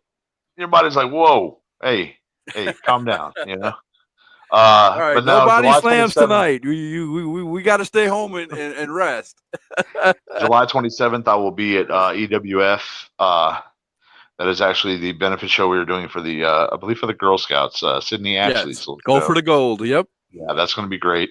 Everybody thinks I'm going to beat up Austin Jordan just because I'm beside him on the poster. I don't know why. I love Austin. I'm going to be actually interviewing Sydney the 25th. So about that show. He's a good kid. Me and Sydney have had a love-hate relationship. When I first started it, when she first started coming around shows that I was on, I was a bad guy, and I used to get on her. I used to bark at her a lot and, make her, she hated me. Like, she really hated me. And then, once EWF came around and I was there, she realized I was a nice guy. And now she's, we're the best of friends. But, August 3rd, again, you're a darn good heel if you got somebody to truly hate you. Exactly. August 3rd, I will be in Fairview, North Carolina for Tri-State Championship Wrestling. I've been heavyweight champion for them for about a year and a half now. What's in August 10th? Where am I at? August 10th. Oh, I got to get a better memory and quit getting hit so hard. I'm somewhere August 10th. You can, I'll have it posted. We'll see the posters come up on your page, man, because we all share them anyway. So August 24th is going to be a surprise. I'm just going to say that it's not going to be in the state of North or South Carolina, but I will be at another company, a first for me, another debut. Great. Can't let the cat out of the bag, but it's going to be crazy. It's nice. But maybe closer to the show date, I'll be able to reveal more. But as for right now, that'll be awesome. Yeah, it'll be crazy. Be sure to let us know, because. Well, if you follow me, come Robert Big Country Ordway on the Big Country is my fan page. Any of you guys that know me know that I'm constantly promoting on there. Myself, other shows that I'm not even on, because you got to support the other companies. It's the only way. I usually share off of you on my page. 9 times out of 10, it came off of your page to begin with. I got lucky a couple of times. EWF let me put the posters out first, and I was all geeked. But yeah, most of the time it's you and a few others that I'll just share off of. Well, that's the one thing you can guarantee. If I'm booked on your show, you're going to get advertised by me. You're going to get promoted by me. I'm going to go above and beyond.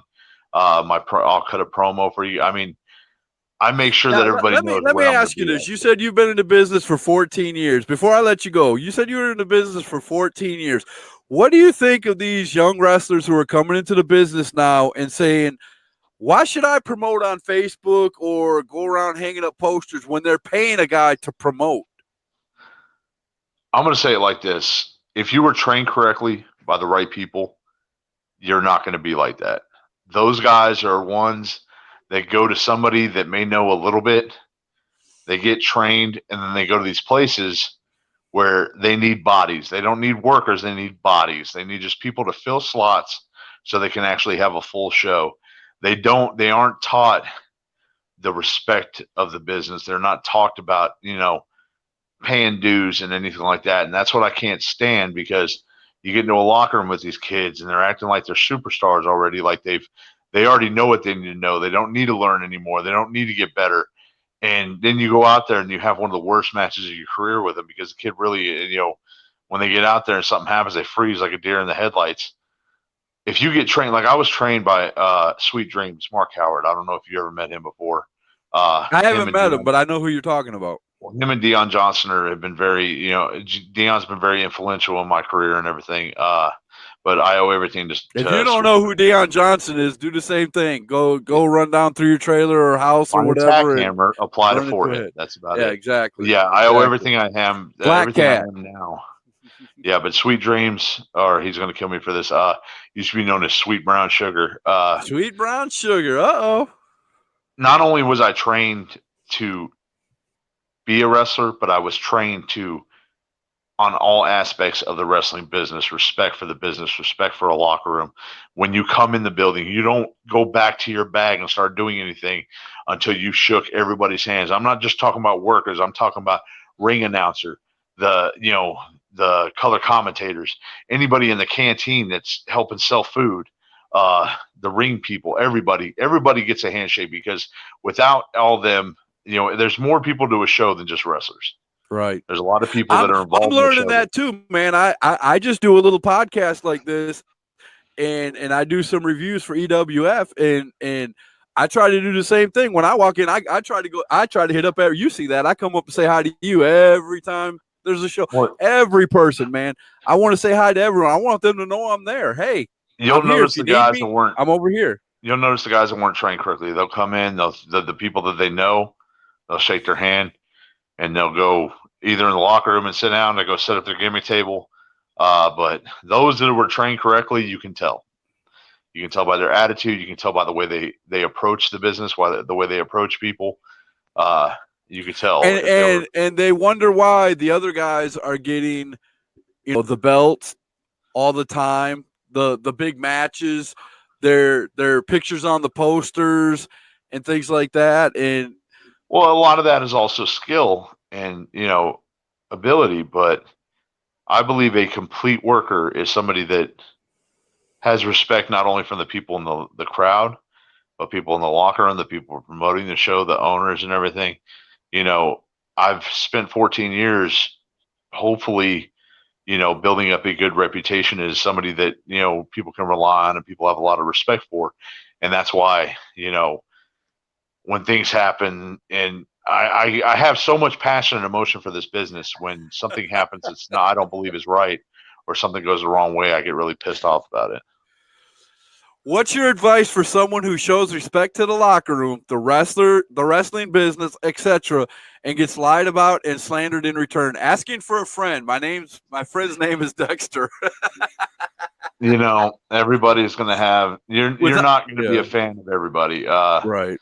I've had my name run in the mud. I've had people lie about me. I've had people try to say that I did stuff that I didn't. That's why you build up that good rapport to where the real people that know you are like, that's bull crap. He didn't do that. You're just running your mouth. There's a lot of jealousy. I mean, as much as I wish this business was a complete brotherhood like it used to be back in the day. There's a lot of egos in independent professional wrestling right now. Because people wanted you to do good. They just want you to do better. They just don't want you to do better than them.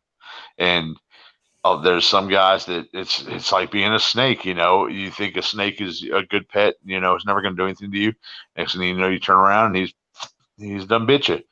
Right. And I've said it, and I'm going to say it to my dying day. And if I have to say it every #truth show, if the promoters, the owners, the wrestlers, and everybody would realize,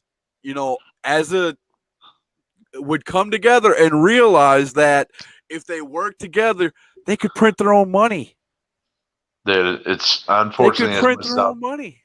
As much as I would love to see that happen, and the very rarities that it actually does happen with promoters and promotions, it's always going to be a cutthroat business. In the end, people are always going to believe that people are out to get them, and people are, out to sabotage them, when a lot of times, if you just put your ego to the side and work together with people, this business would be a lot better. Same with, my whole thing is you want the fans to love you, but the fact of the matter is you're in front of those fans for 15 to 20 minutes at a time. You have to be in a locker room with guys for 2 to 3 hours at a time. And if that locker room doesn't respect you, then, you got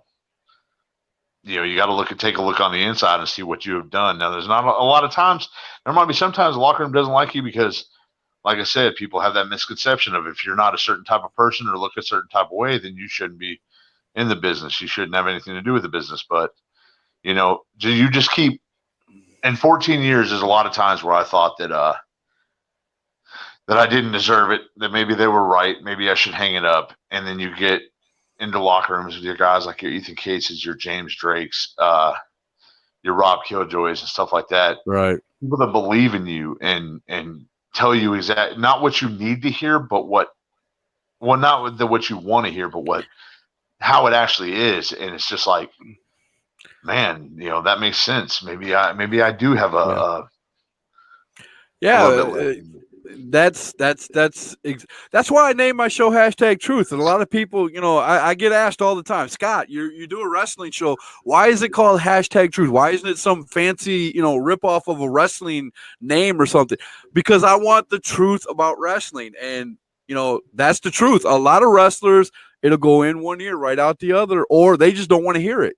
Or they won't ask for advice. They'll listen to it until you're saying something they don't want to hear. And then all of a sudden the ears go shut. And, it doesn't matter.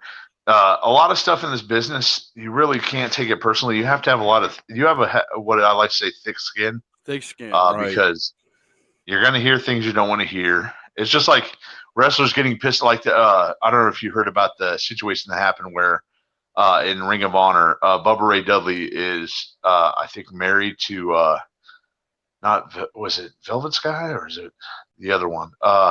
But she was at ringside and a fan said something to her. He actually got security to go out and get the fan, bring him to the back, and chastise him for saying something disrespectful to his wife. That's where that kind of surprised me, though, because if you watch old school ECW Dudley Boys like Heat Wave 98, right, one of their most controversial promos, the stuff that guy would say to fans, I'm surprised that he would have such. All the wrestlers back in those days of ECW, man, they had no. That's the whole thing. It's like those fans paid their money, and as long as they don't touch you, spit on you, and stuff like that, they can basically have freedom of speech in that crowd. They could say a lot of the fans that showed up to ECW wanted them wrestlers to say that to them. You know what I'm saying? They were looking forward to those. But that's the whole thing. When you're a wrestler, you have to have that thick skin because people have called me fat. People have told me, I'm disgusting, and stuff like that. Right.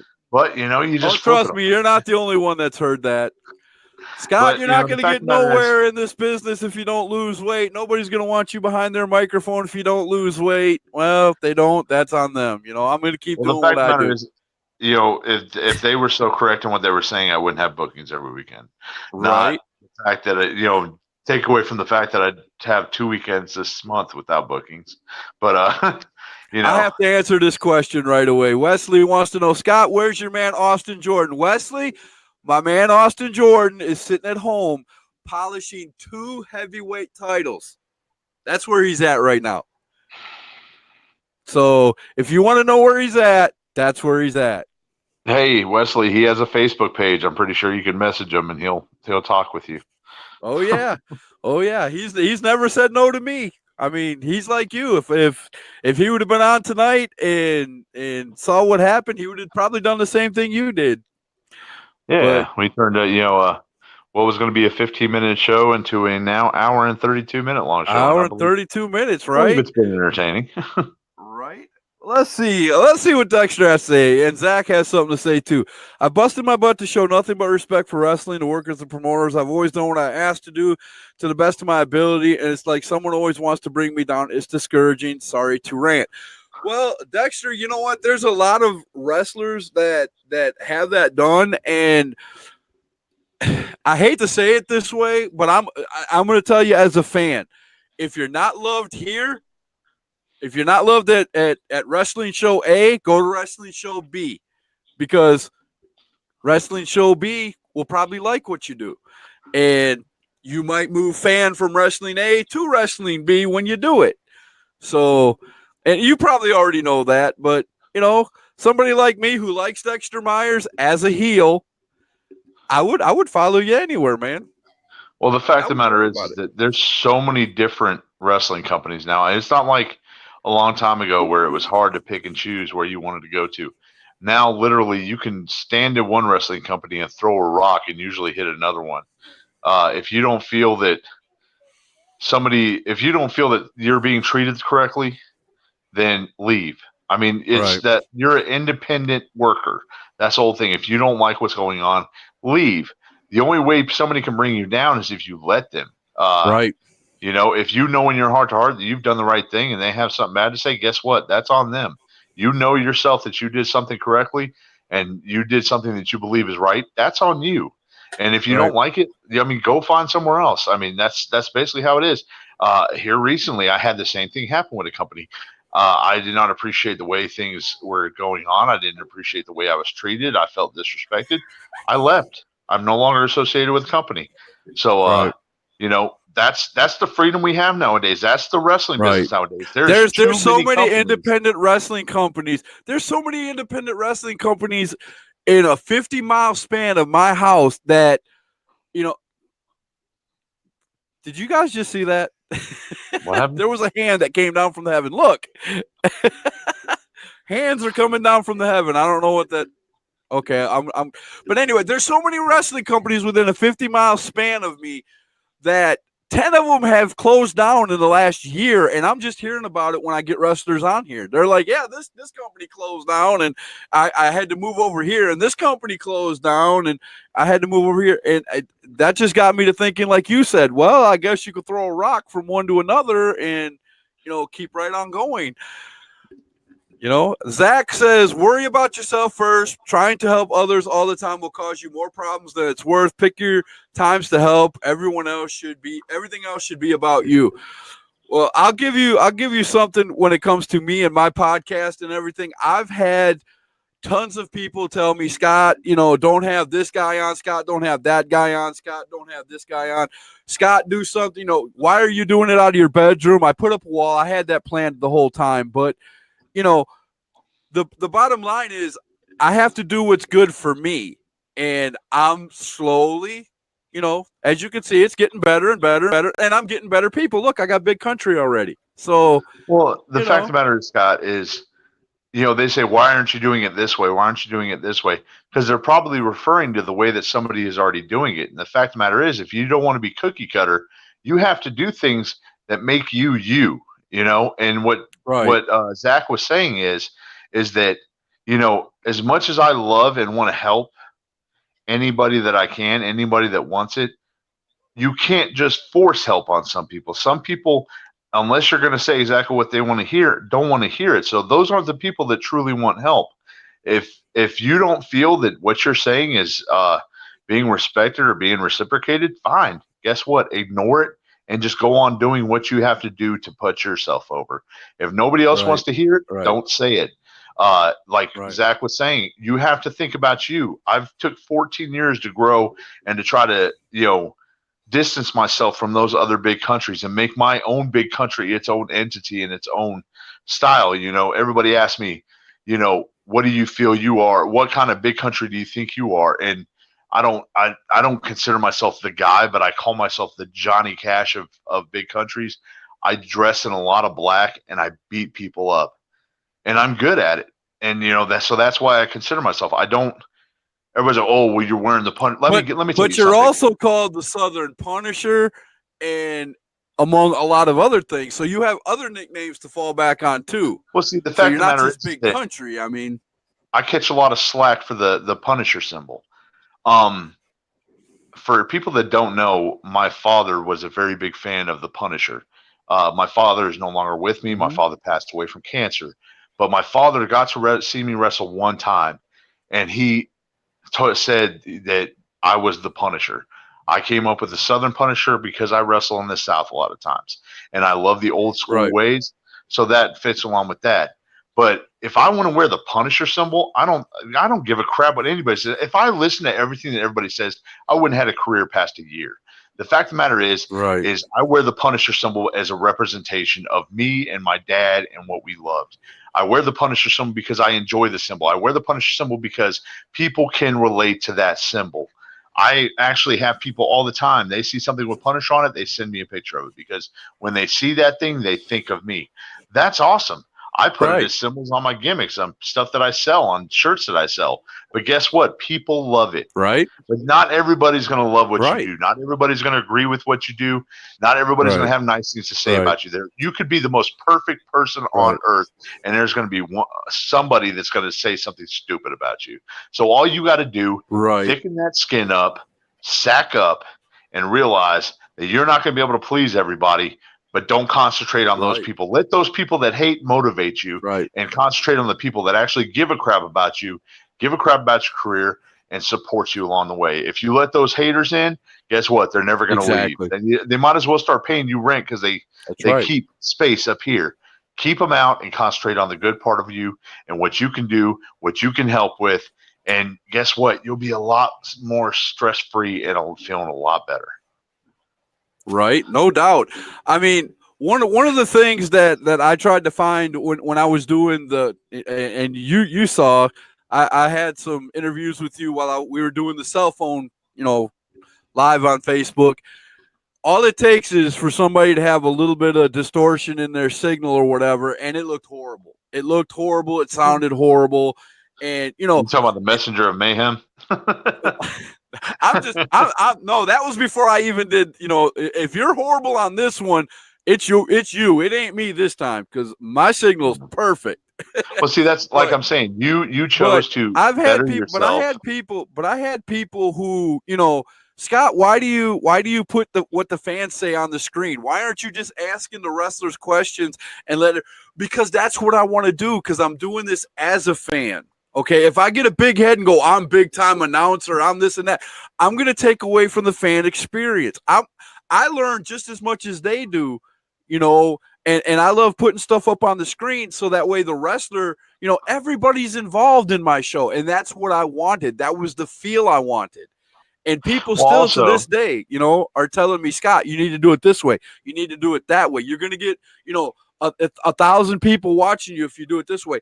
Well, if it takes that to do it, then I guess I'll stick with my 500 views a video because I'm doing just fine. Well, you tell these people that it's called #truth for a reason. If they know how to, that's why I love guys that have never stepped foot in a wrestling ring but know how to tell you how to have a 5-star match. Shut up. That's what I got to say. I don't know how to have a 5-star match. I know what one looks like, though. You know what you want. You know what you like, but that's not what everybody's going to like. You might love eating Frosted Flakes every day your whole life, but not everybody's going to like that. The fact of the matter is, if you think you can do it better, go get you a microphone. Go get you this. Go get you that. Do your own. And you're reading that and you got cut off. Hey, Scott, how are you? I'm doing fine, Jim. How are you? Hello, Big Country. Would you be willing to come down to Georgia? If so, I will get with you later. I think this guy's trying to book you. Well, I believe I just announced that I have 2 dates in Georgia. Oh, I'm sorry. 1 date in Georgia and the other one somewhere else. But well, there you go. Yeah, but Jimmy, if you want to book them, go ahead and get a hold of them after the show, man. Jimmy, hit me up as long as we don't have conflicting dates or I'm already somewhere else. I'd love to come down. I love wrestling for new places because that means that you have just found a whole new fan base that might not have known about you, but guess what? Now they do. And as long as you know how to do your job and do it correctly, the sky's the limit. That's it. And that's why I send out 50 friend requests a day, and that's why I'm on Facebook, 8 hours a day if I can be, if my wife allows me to be on here that long.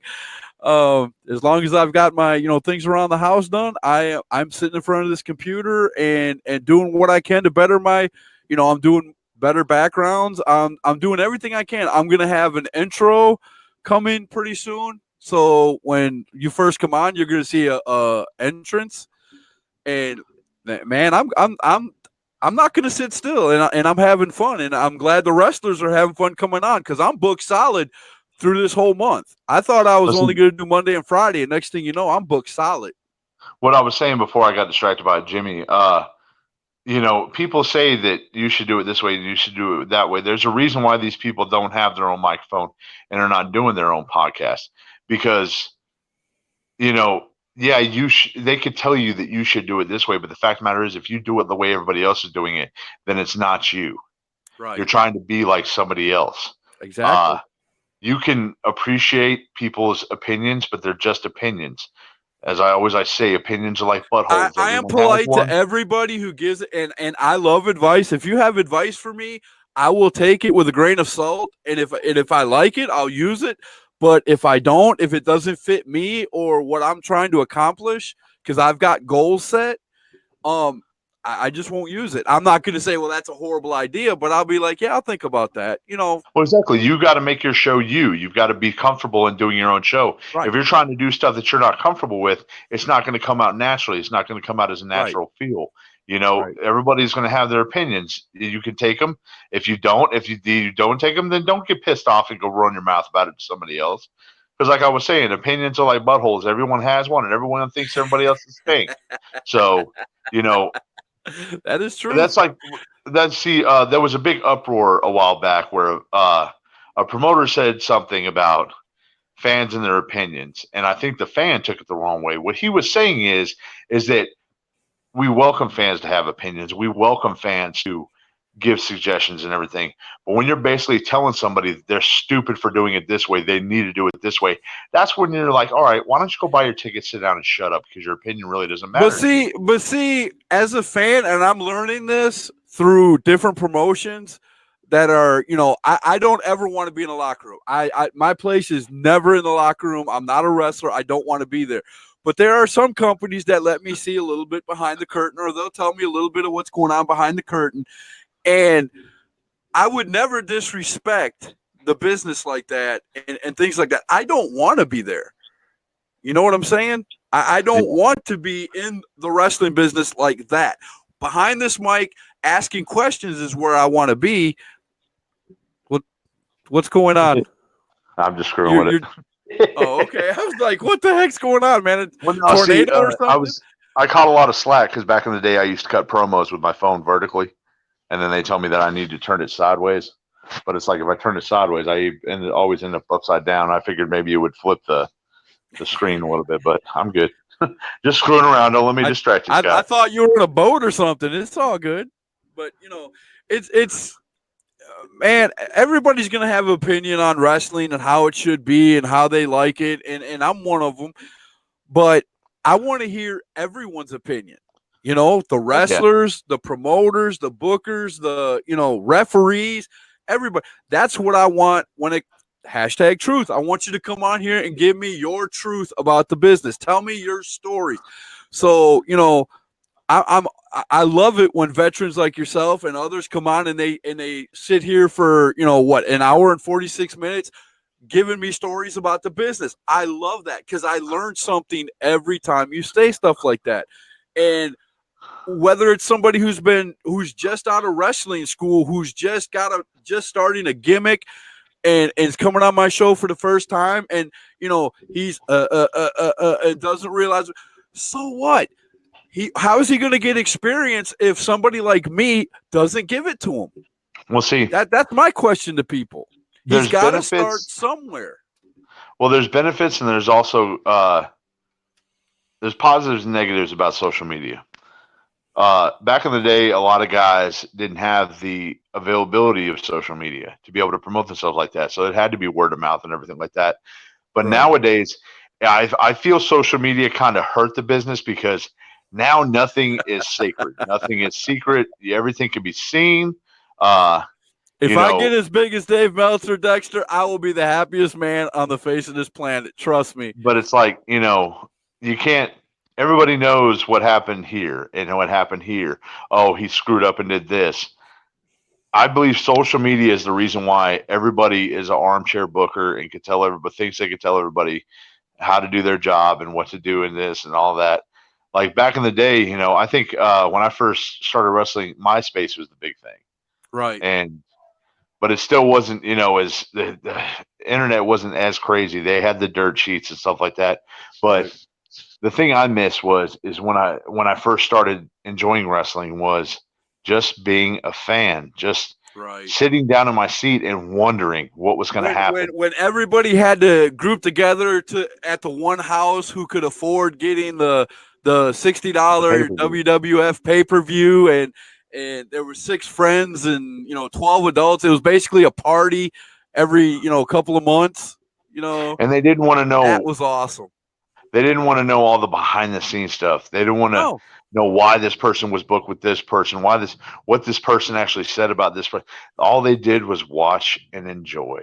They enjoyed the surprises. They enjoyed the mystique. They enjoyed the larger-than-life. They enjoyed just sitting there and being surprised.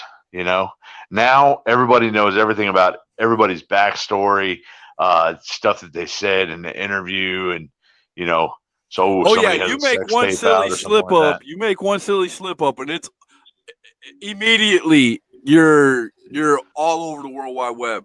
If you've got any Exactly. kind of name, you're But like immediately I all said, over the World Wide Web. there's cons about it, but there's also pros about it. Now you have so much available to you with social media, Twitch, Twitter, Instagram, all that stuff that you can help promote yourself, help in different ways. And we talk about opinions. I love opinions. I will tell you what, Right. there's a lot of stuff that I have on my own gimmick table that is because of opinions that fans have given me. Sydney Ashley, the little girl that we were talking about for the 27 show, came to me one day and said, "Hey, have you ever thought about selling pop sockets?" Well, I do now. I went, I got them, and I didn't There have you them go. out on my table for 5 minutes the first show I had when I got them, and I already sold 10 of them. Wow. And I always, I don't know if you ever noticed, but when people come to my gimmick table, I'm not treating them as customers. I'm treating them as fans, as people that I respect and appreciate because they've taken time out of their day to come and pay their hard-earned money to watch me. And if they want Right. to come to my table and actually talk to me, if I sell them something, cool. But if not, at least I gain that that friendship with somebody, that Right. respect between the person. I always Right. treat everybody with respect. I never treat them as dollar signs or customers, because as you've always heard me say, without fans there is no wrestling, there is no Right. us. Right. We can't be anybody if we're wrestling in front of a bunch of chairs. Right. People lose respect I to the mean, you that you and talked everything. about the social media and everybody can get on and give an opinion and get that's a double-edged sword too. And I'll use myself as an example because there's a lot of people doing podcasts. You can go on YouTube and put in wrestling podcasts, and my God, there's 1,000 of them. Mm-hmm. But you got to try to be different. You got to try to like you said, you've got to find your way, be different, have something that the other people don't have. And that's how you're going to grow your gimmick. This You is got a to find gimmick. your niche. What I'm doing, I'm doing a niche. I'm doing a gimmick, and I'm finding out that people are loving it, and I love to do it. So when everybody comes together, it all works out great. But then you have some certain people, and I'm not naming names, Aaron Vaughn, that don't show up and be on your show when they're supposed to. But thank God there's decent people like you who want to show up and just be yourself, come on here and make everybody happy. And it just amazes me that you wouldn't want to hold a date or do something, no matter how you can get your gimmick out there or how small the person is or whatever. I mean, 500 eyes are going to see you when you come on my show, so that's not bad. Well, I don't want to say anything because I don't know what happened with Aaron. I mean, something Right. something It could have serious been could bad, happen. but you see what I'm saying, though. I've been If canceled for some weird reasons, man.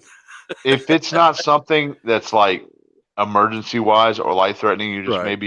maybe you weren't in the mood. Maybe you just something bad happened. Right. You mentally you just weren't prepared to come on here and talk about Right. anything. The professional wrestler is hit you up, say, "Hey Scott, I'm just not feeling it." You'll have more respect. You might be annoyed because that might have screwed up your time, but you'll have more respect for that person because they contacted Exactly. you, and it's not like, "Hey man, you know what? Exactly. Just don't want to do it."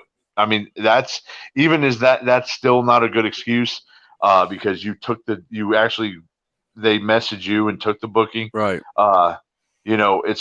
It's better for you, and it looks better on you for you to just be like, "Hey man, I just really don't feel like it." I try to be as professional as I can, just like I'm hoping they would. I mean, everybody who's ever came on my show who was booked to come on my show, to answer questions to the fans and me, you have to accept an invite from me to get to where we're at right now, and I'll send that invite 3 hours early, or I'll send you a message 3 hours early saying, "Hey, I'm going to send you an invite at this time. This is what you do, and prepare you for the show." if I don't do that, it's going to take me 15, 20 minutes, and we're going to be 20 minutes late getting from, I'll say you're coming on at 7. We won't get on until 7:20 if I have to explain it to you how to fill everything out, beforehand. So which is really not that hard. I mean, as long as you have Right. the Chromecast browser and everything, you click on Right. the link, boom, you're on Right. there.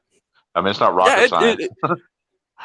It's click, fill your name in, hit the blue button, and you see me. Yep. And as soon as we get everything under control, hi, our video, audio is good. I hit the blue button up top, and we're rocking and rolling. But yeah, I mean, I love doing this. I want, I don't care who you are as a wrestler, promoter, owner, whatever. I want you on my show. Yeah. If the only way to improve on the only way to improve on anything is to keep doing it. I mean, that's why these guys, there's a lot of wrestlers that maybe take one booking every couple months or every 3 months or 4 months. The only way to get better is to be out there doing it, especially like with the podcast. I'm proud of you. I see that you've got your weeks booked up and you've got some good guys on there, and there's so many different aspects of this business that each person can share that, it's like, it's not just the same type of wrestler every year every night. Before I came on here, I was astonished. Before I came on here, I got 3 friend requests from 3 different promotions. One was in Indiana, one was in Michigan, and the other one was in New York. Yeah. Who would have thought a little guy from Chesney, South Carolina, who started a podcast, would have people from 3 different states over 500 miles away from him say, hey, we'd like to throw some of our guys on your show. Would you mind? Well, it's just like I said. It's getting your name out there. You have a fan base that maybe doesn't know about them. And if they come on here and talk about their story, talk about what they do, their company, their show, if it's a wrestler, about them, they'll see there's somebody that is over on this side that has never heard of them. Now they have. Now they're like, hey, man, I was watching this podcast and I heard about this company over here. They're doing some crazy stuff. Maybe we get a car full of guys and ride up there. Word of mouth, dude. If you don't talk about it and you don't show yourself, then guess what? Nobody's going to know who the freak you are. That's it. That's it. That's why that's the answer to everybody who comes up to me and says, Scott, why do you have this moron on your show? This is why. Because however you feel about him being new, not being a good wrestler, not being, if you have an opinion, good or bad, I'm putting them out there because I want wrestling to grow. Yeah. You appreciate I have this no business. agenda. Yeah, you have a passion for this business like I do. I have a passion because for 14 years I have destroyed myself to make people happy. You have a passion because it's something that you love and you would do anything you can to be a part of it in any type of way. And that's what you're doing. You're not doing this because you're getting rich off of it, just like we don't do it. I mean, I'm not getting paid at all. I'm paying out. Believe it or not, I'm paying out for what you see here. I'm paying out.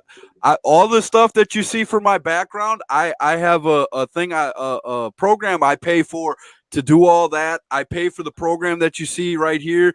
Other, if not, I'd be on the cell phone again, and it was just horrible, and I hated it. I wanted to be more professional, so I sat down with my wife and I said, "Hey, I do we have the income?" And she said, "Yeah, we do." So I said, "Hey, I want to do it this way." And now I've got promoters, like I said, I got promoters that are coming to me going, Scott, you don't have an entrance video. Let me help you with an entrance video. Well, how much can I charge you? Oh, I got you, man. Don't worry about it. You promoted me. I got you. And I'm like, I'm astonished. That's the way I feel the wrestling business should be, all the way around. But again, like you said, and many others, you find an ego that'll stop that in a heartbeat in professional wrestling. And I don't know why.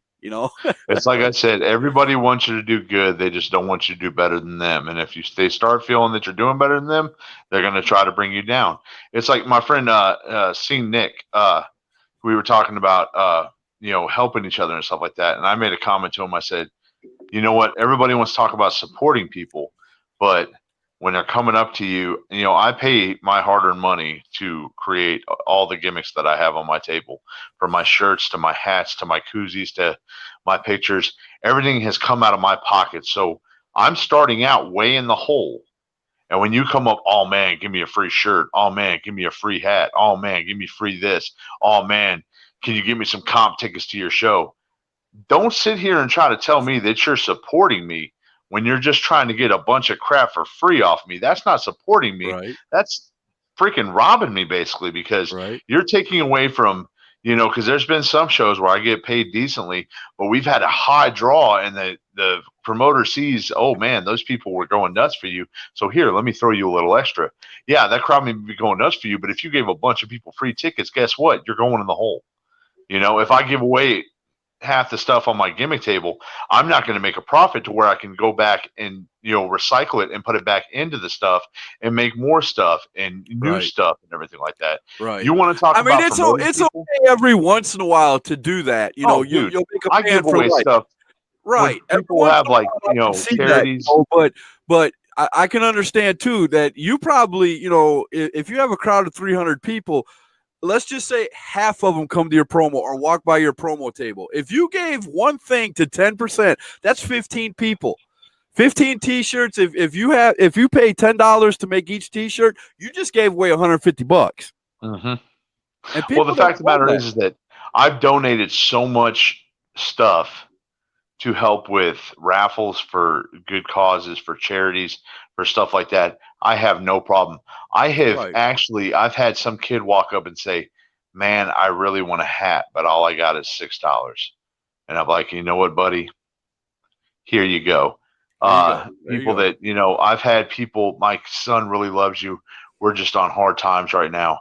And there's some people some people will con you that way, but yeah, that's a hard. You got to be able to look past their words and actually see, and then you're like, you know what?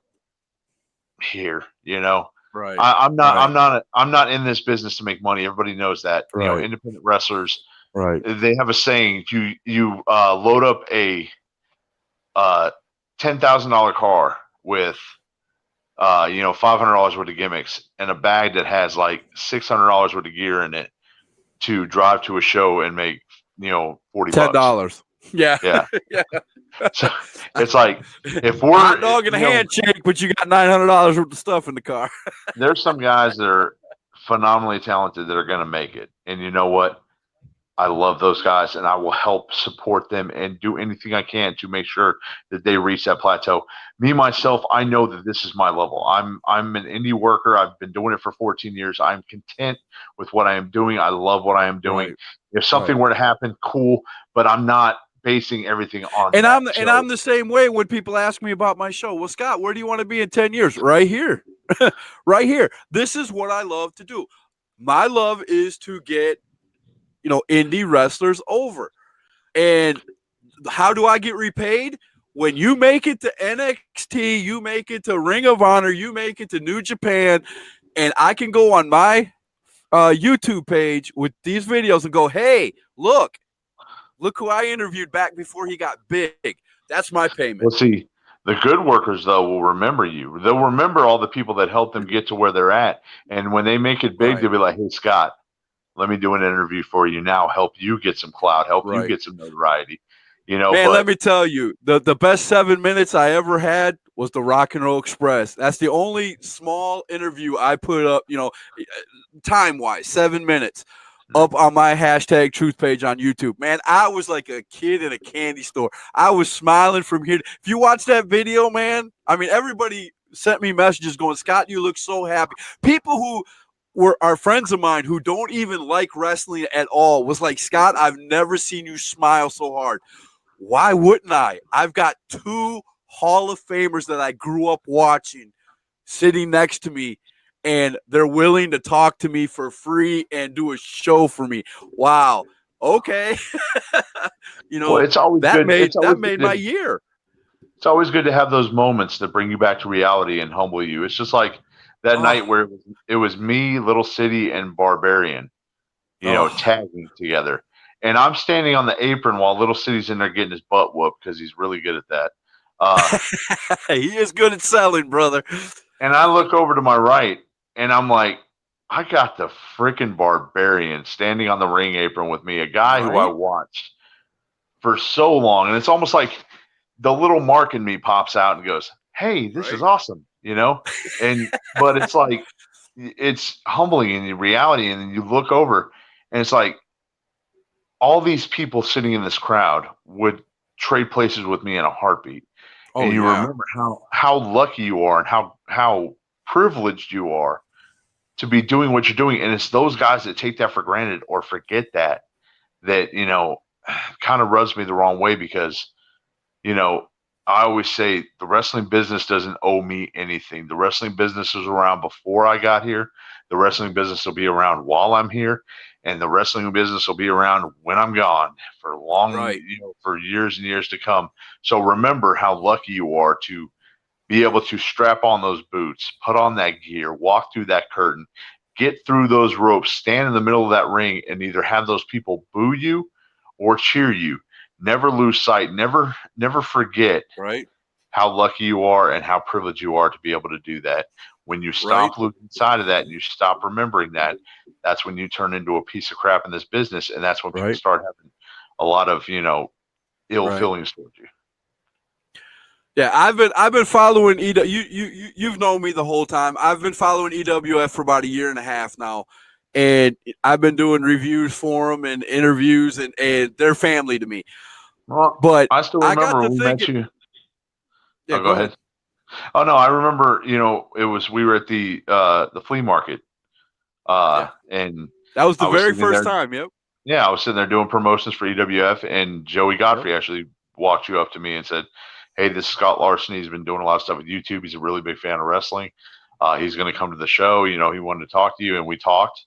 And you came to the Yep. show, and we hit it I off. was hooked ever since, man. Yeah, I mean, people don't realize that we may not be that flashy, a lot of production gimmick and everything, but Right. what our company does have is a lot of heart and a lot of talent and a Right. lot of love for the business that we go out there and we basically kill ourselves to make sure that when you leave that arena, you realize you got your money's worth, and that Right. you understood that there was a lot of talent and a lot of passion in that company, and Right. I've seen you I come mean, around to a lot of other shows and everything, and 3 count and all that stuff, and you're a guy who appreciates wrestling. right. No matter where it's at, or how big or how small you are, man. I love it all. But when I started, and I'll go back to that day I met you guys. When I started this, I actually wasn't doing wrestling videos. I was doing these weird. If you go back on my Facebook page right here, I had taken a lot of videos down, a lot of the cell phone videos and stuff. But if you go back and look at some of the first videos I ever did, I did a show called "Are You Kidding Me?" where I took news off the weird news and talked about the stupid things people did, and I would have thousands of hours of time to do that if I really wanted to do that full time too. But it was wrestling that really, as a kid, it got me through some hard times. And when your family's in disarray, and you can go sit in front of a TV and forget about the world and watch wrestling. That was me. That was me as a kid, and I've never forgotten that. I drowned out the world, and I'm still like that today. I can turn on YouTube or Monday Night Raw or whatever, and the world goes away because I love what I'm seeing, and I don't analyze everything. I try not to. Doing this show, I'm getting to the point now where I am analyzing things. But like I said, like I was going to say to you, the weirdest things go through my head now because I started doing this show. Like you were talking about the Barbarian and the Rock and Roll Express. Do you know what weird thing through my head? Everybody that now goes up on that EWF apron and wipes their feet have wiped their feet on the same apron that these guys have wiped their feet on. You know what I'm saying? And Oh, and that's that's the another weird thing thing that goes through my head. You know what I'm saying?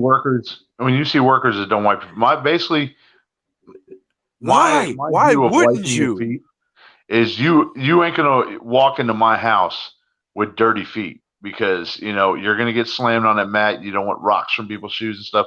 You're gonna clean your feet before you enter my house, and that ring is our house. So you Right. have enough respect when you go in there. You wipe your feet before you enter our Right. house. But just think of that, man. I mean, I've been to EWF shows for a year and a half. Coco Beware wiped his feet on there. You know, these were guys I grew up Franchise Shane watching. Douglas, Kevin Sullivan, Yeah, Boogie Woogie Man, Jimmy Valiant, all those guys yeah, have entered into that ring, have been a part of that yeah. company. It's mind blowing, and it's very, like I said, it is very humbling. I remember the show that we worked with Franchise and Kevin Sullivan. When Kevin Sullivan, I guess he actually watched the match I was in. When I came back down, he said, "Big man," he said, "I want to tell you," he said, "you move gracefully for a man your size, and your punches are beautiful." And it's like, this is Kevin Sullivan, the Taskmaster, part of the Dungeon of Doom, Right, WCW. right. It's like, and he valued enough to actually watch my match and actually came and, critiqued me and gave me good praise and stuff. And it's just like, I do that with Yeah. anybody that comes up. I always appreciate, hey man, I watched your match. I thought it was really good, but it's really a different feeling when somebody with the credibility, the respect Right. from the business that he I mean, has. this Comes up guy, to you this and tells guy you this main stuff. evented every territory he went into back in the territory days. This guy, every WCW, WWE, WWF back in the day. I mean, you could name the story, all the television shows through the South. I remember watching him. I mean, to have a giant like that come up to you and, in the business and say, you did pretty good out there, whoa, And like, you know, I don't really want to name drop, but like, I've been there with Barbarian, Hacksaw Jim Duggan, the Rock and Roll Express. One of the really crazy parts, I was a really big fan of the Hardy Boys growing up. And when Manny Mac, the promoter of XWW, came to me and he said, "Hey man, what if in a couple months I tell you that you have the chance to wrestle Matt Hardy?" And I was like, oh, dude. "Nope." Fresh do off. I need to even reply with an answer? Well, dude, and that was one of the things I was telling you about, how it's like euphoric, like, you almost like reality hits you at a point. He came in, I met him, we talked we talked to each other in the back, but I'm standing in the middle of the ring and I look and Matt Hardy comes through the curtain. I'm like, I'm about to get in the ring right here with Matt Hardy. I mean, it's like, Right. Right. Let really me tell you a little story that my daughter over here will totally agree with. A couple years ago at WrestleMania, remember when they came out as a surprise entrance in when everybody thought ladder the match? New Day was going to be the tag team. I that thought the comes out New Day and was going to be the fourth tag team, and I was like, "Oh man!" And when the first few notes of their music hit, I almost jerked my 10-year-old daughter. She's 11 now, but she was 10 or 9 at the time. I almost jerked her arm out of socket. Didn't even realize it. I was geeking so bad. I was like, "Look, it's the." Well, actually, what you should do is you should jerk a knot in her butt and get her to stop wearing that Jake Jacobs merch, because it's horrible. That ain't ever gonna happen, brother. I ain't even gonna say that out loud because she'll come running. If you burn it, I'm not gonna burn that much money, brother. Yeah, you're right. I can go see. Play hot and cold with it. But there you go. No, there yeah, you go. it's moments like that I never take. And I'll remember that 20 years from now, man, if I'm still alive. I got to wrestle with tag with Jimmy Valiant at one of our EWF shows in Mooresboro, and I look out in the crowd and I'm like, do these people understand how lucky they are to actually get to sit here and watch this man who, as old as he is still one of the most entertaining personalities in professional wrestling? His daughter was having problems at that time, and we were supposed to be main event that night, but we had to actually put the match on early because he had to leave. And just the most loving guy, and he treats everybody with such respect. And this is a man who has done it all, and just to see how much he still appreciates the business and how he treats everybody, it brings a lot of stuff to light and makes you puts a lot of stuff in perspective about how you should act. It's like there's that saying, don't ever step on anybody on the way up that you're going to have to pass by on the way back down. Right. Exactly. As long as you treat everybody with respect and, loyal and humble and everything like that, I think everything will be all right. It's the moment you start thinking you're bigger than everybody else and start treating everybody like crap because you think that, you're owed I something. keep hearing the same the message from all the wrestlers, all the veteran wrestlers, and it's sticking with some of the newer ones because I'm starting to hear it from some of the newer wrestlers that the day you quit learning in this business is the day you just need to hang them up. Yeah, because no offense, you never stop learning. Ric Flair, Right. has always said it that, you're always learning. There's always going to be something that you don't know, something different. That's why, I hate when guys, you put me in the ring with anybody. I don't care if it's a 95-pound string bean or a 500-pound Right. super heavyweight close to myself. I will get a good match. I will have a good Right. match. Those guys are like, oh, well, this guy, he hasn't been around. I'm not going to drop any names, but I know 4 veterans that have personally talked to me and said, anytime Big Country wants to get in the ring with me, we're there. Well, see, and that's why I hate when Hands down. guys get worried. They're like, I don't know if it's my size or they've never worked a guy my size. Don't worry. As long as you don't try to, go into business for yourself, we'll have a good match. I promise you that.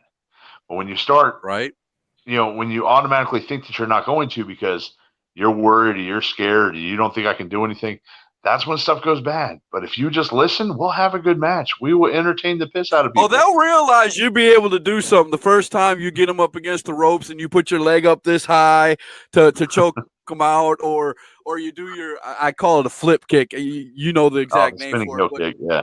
Spinning heel kick, and and if you hit them with the Big Country bomb, it's over. the match is over. You're not getting them, and if they do, it's a travesty. I don't think in 14 years I've ever had anybody kick out of that, so I can legit call it a finisher. Yeah, I would too, because you rock the house when you hit that, brother. I love every time you do that. I geek out, man. You do the best. Go ahead. My package pile driver I hit with Chase at the last show. People go nuts for that. That was good too.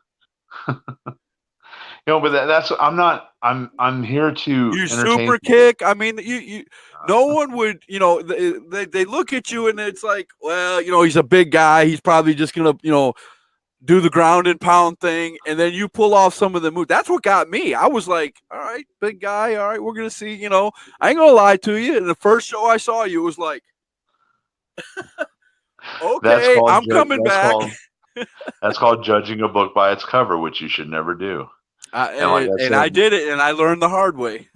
A phrase coined by my friend James Drake, who actually you're going to be able to see live on the WWE Network because Evolve, their next pay-per-view, is going to be streamed live on the WWE Network. Him and another friend of mine, Anthony Henry, are going to be on that pay-per-view on the WWE Network. So, anybody nice. that I'll be watching that. That'd be nice. It's going to be, James Drake is going to face the Evolve Heavyweight Champion Austin Theory. I do it all the time, brother. Yeah, I've been hitting the head a lot. Austin Theory is our heavyweight champion. He's going to be facing him. James Drake is the WWN, the World Wrestling Network champion. And, he coined a phrase, do not let the physique fool you. And I have lived by that ever since he said it. That's why, I used to say I was the best big man.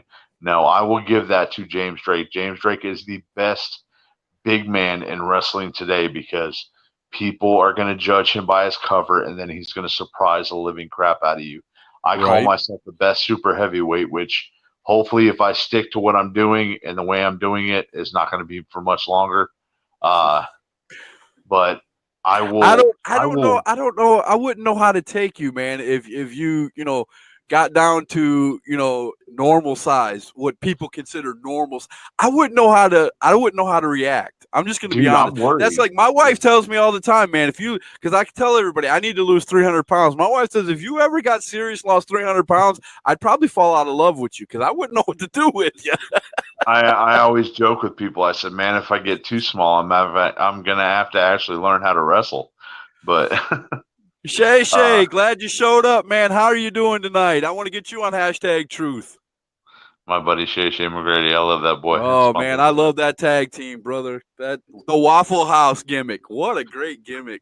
Oh, dude, I mean, you see, there's guys that are trying to steal that gimmick too. I forget what the other guys call themselves, but Oh yeah, they're yeah. idiots. I Yeah, but said it. I said it on 2 or 3 podcasts now, and a couple of shows of mine here on Hashtag Truth. They had the best 3-way tag team I've seen in 30 years of watching wrestling at CPW.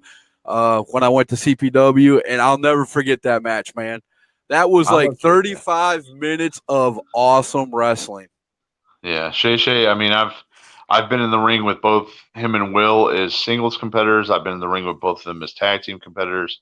Uh, Two guys, another one of them. You know, people always make the mistake of judging people before they know exactly what they're getting into, and just like those guys, man, uh, I love those two as singles. I love them as tag team. They are great. They are entertaining. They will do whatever they have to do to entertain the crap out of you. And I honestly believe that Shay Shay McGrady is unbreakable, will never die, cannot be killed. I've seen that kid take some of the sickest moves, and some of them I've dealt to him, and he just gets right back up. I mean, the kid is That's like phenomenally that's like what talented. happened that night, man. Them 3 tag teams were just. I mean, it was on the floor, it was in the ring, it was in the air, jumping over. I mean, that match was everywhere. And you had and to just follow, one team or whatever, it was darn near impossible, but it was exciting to watch, man, from beginning to end. And I loved it. I'll never forget that match ever. Yeah, I mean, I've been privileged to know them for a long time and been on shows with them, and they've never surprised me because I know how special they are. I know how good they are. I know how talented they are. So, it was, oh man, did you know it? No, yes, I did, because I believe in Shay Shay. I believe in Will. Right. I believe in their Right. tag team. I believe in I their had skill. never seen him before that night, but I will never forget him after that.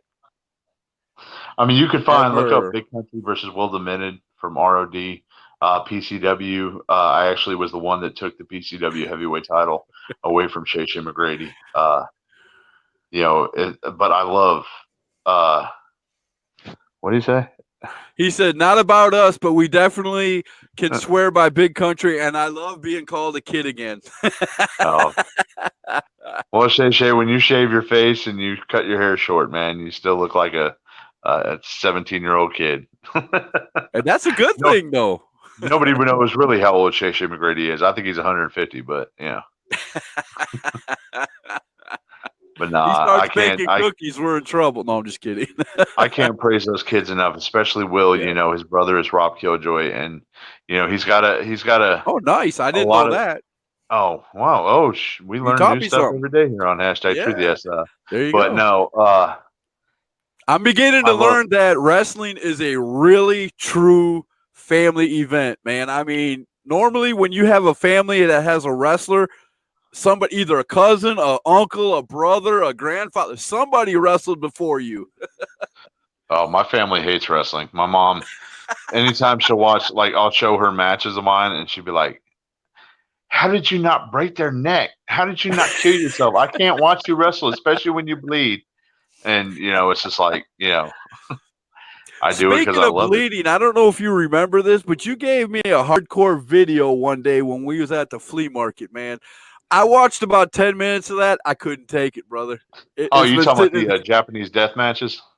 It's sitting right here in the case, man. I watched 10 minutes. I was done. It was like, this is and that ain't nothing, man. Too brutal. Too brutal. The Insane Clown Posse actually put out a video called Bloody Mania, and that ain't nothing, man. And especially nowadays, dude, there's people doing like stupid. I mean, I love hardcore wrestling, but thanks, Kate. I appreciate that, man. He's giving you a one-up on this. He said, sorry, Aaron disappeared. Looks like you got an excellent replacement. Hey, Big Country's never a replacement, but I love you. Hey, Cade was there. Cade Seidel was there for the baby throwing incident also. He was actually wrestling in the ring when it happened. He thought it was crazy. He was laughing his butt off.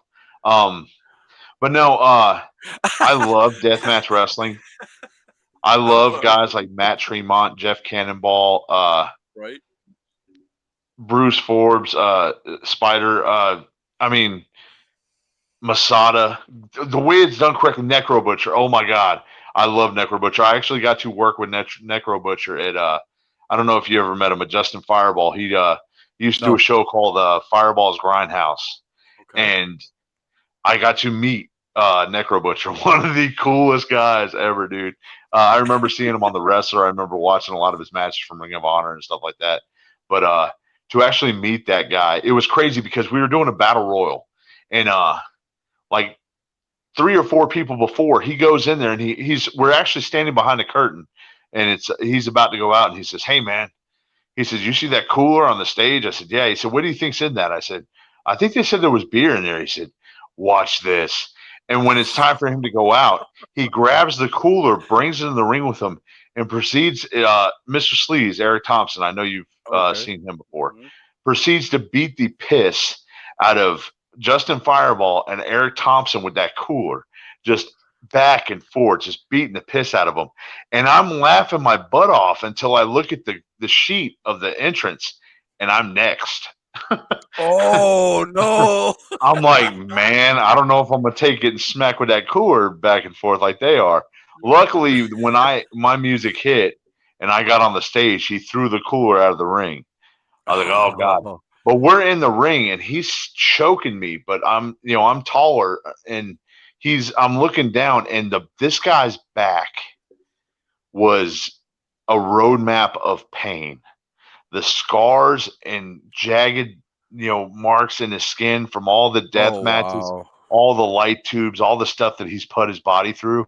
And I just Oh. stopped and looked at it, and I was like, oh my God, you don't realize the stuff that this man has put himself through until you see it up close. But the dude was so fun to be around, so Oh cool, man. so smart too. People think that deathmatch wrestlers are stupid, and it's not. They're not dumb. It's just Right? there's some people love that. Some people get Right. off on that. Right. Uh, like Mick Foley said, Mick Foley was one of the guys that, with him and Terry Funk doing the death matches in Japan.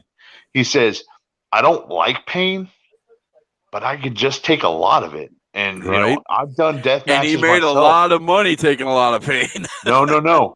He was talking about one of the first ones he won against Terry Funk. Right. That his whole body, he looked like a mummy because he was wrapped up so much with gauze and stuff like that. Oh wow. He was sitting on an airplane with only $500 in his pocket and a Wow. trophy. That's what he won from that first deathmatch tournament. Oh And he wow. said, but the stuff that people said about it and the love that he got from people from it is just, I've done it myself. I've done death matches, and Mm-hmm. I just get this wild hair up my butt where it's like, I want to go out there and just get crazy. Light tubes. You ever seen what is that thing called? A gusset plate. Do you know what a gusset plate is? No. Look it up. A gusset Okay. plate, when they frame houses, the parts that help stick the boards together and keep them in place are called gusset plates. They look like a flat Oh piece of metal yeah. I with a know what you're bunch of talking about knives now. sticking out of them. I Yeah. know what you're talking about now. Those suck bad. Like, I got hit in the head and in the back with those. It feels like 50 little ninjas are stabbing you in the forehead with some swords. Those things suck bad. But there's something about, I don't know, it's just like, I Go guess ahead. I guess it's adrenaline. Your adrenaline goes up, and it's just like, it's crazy.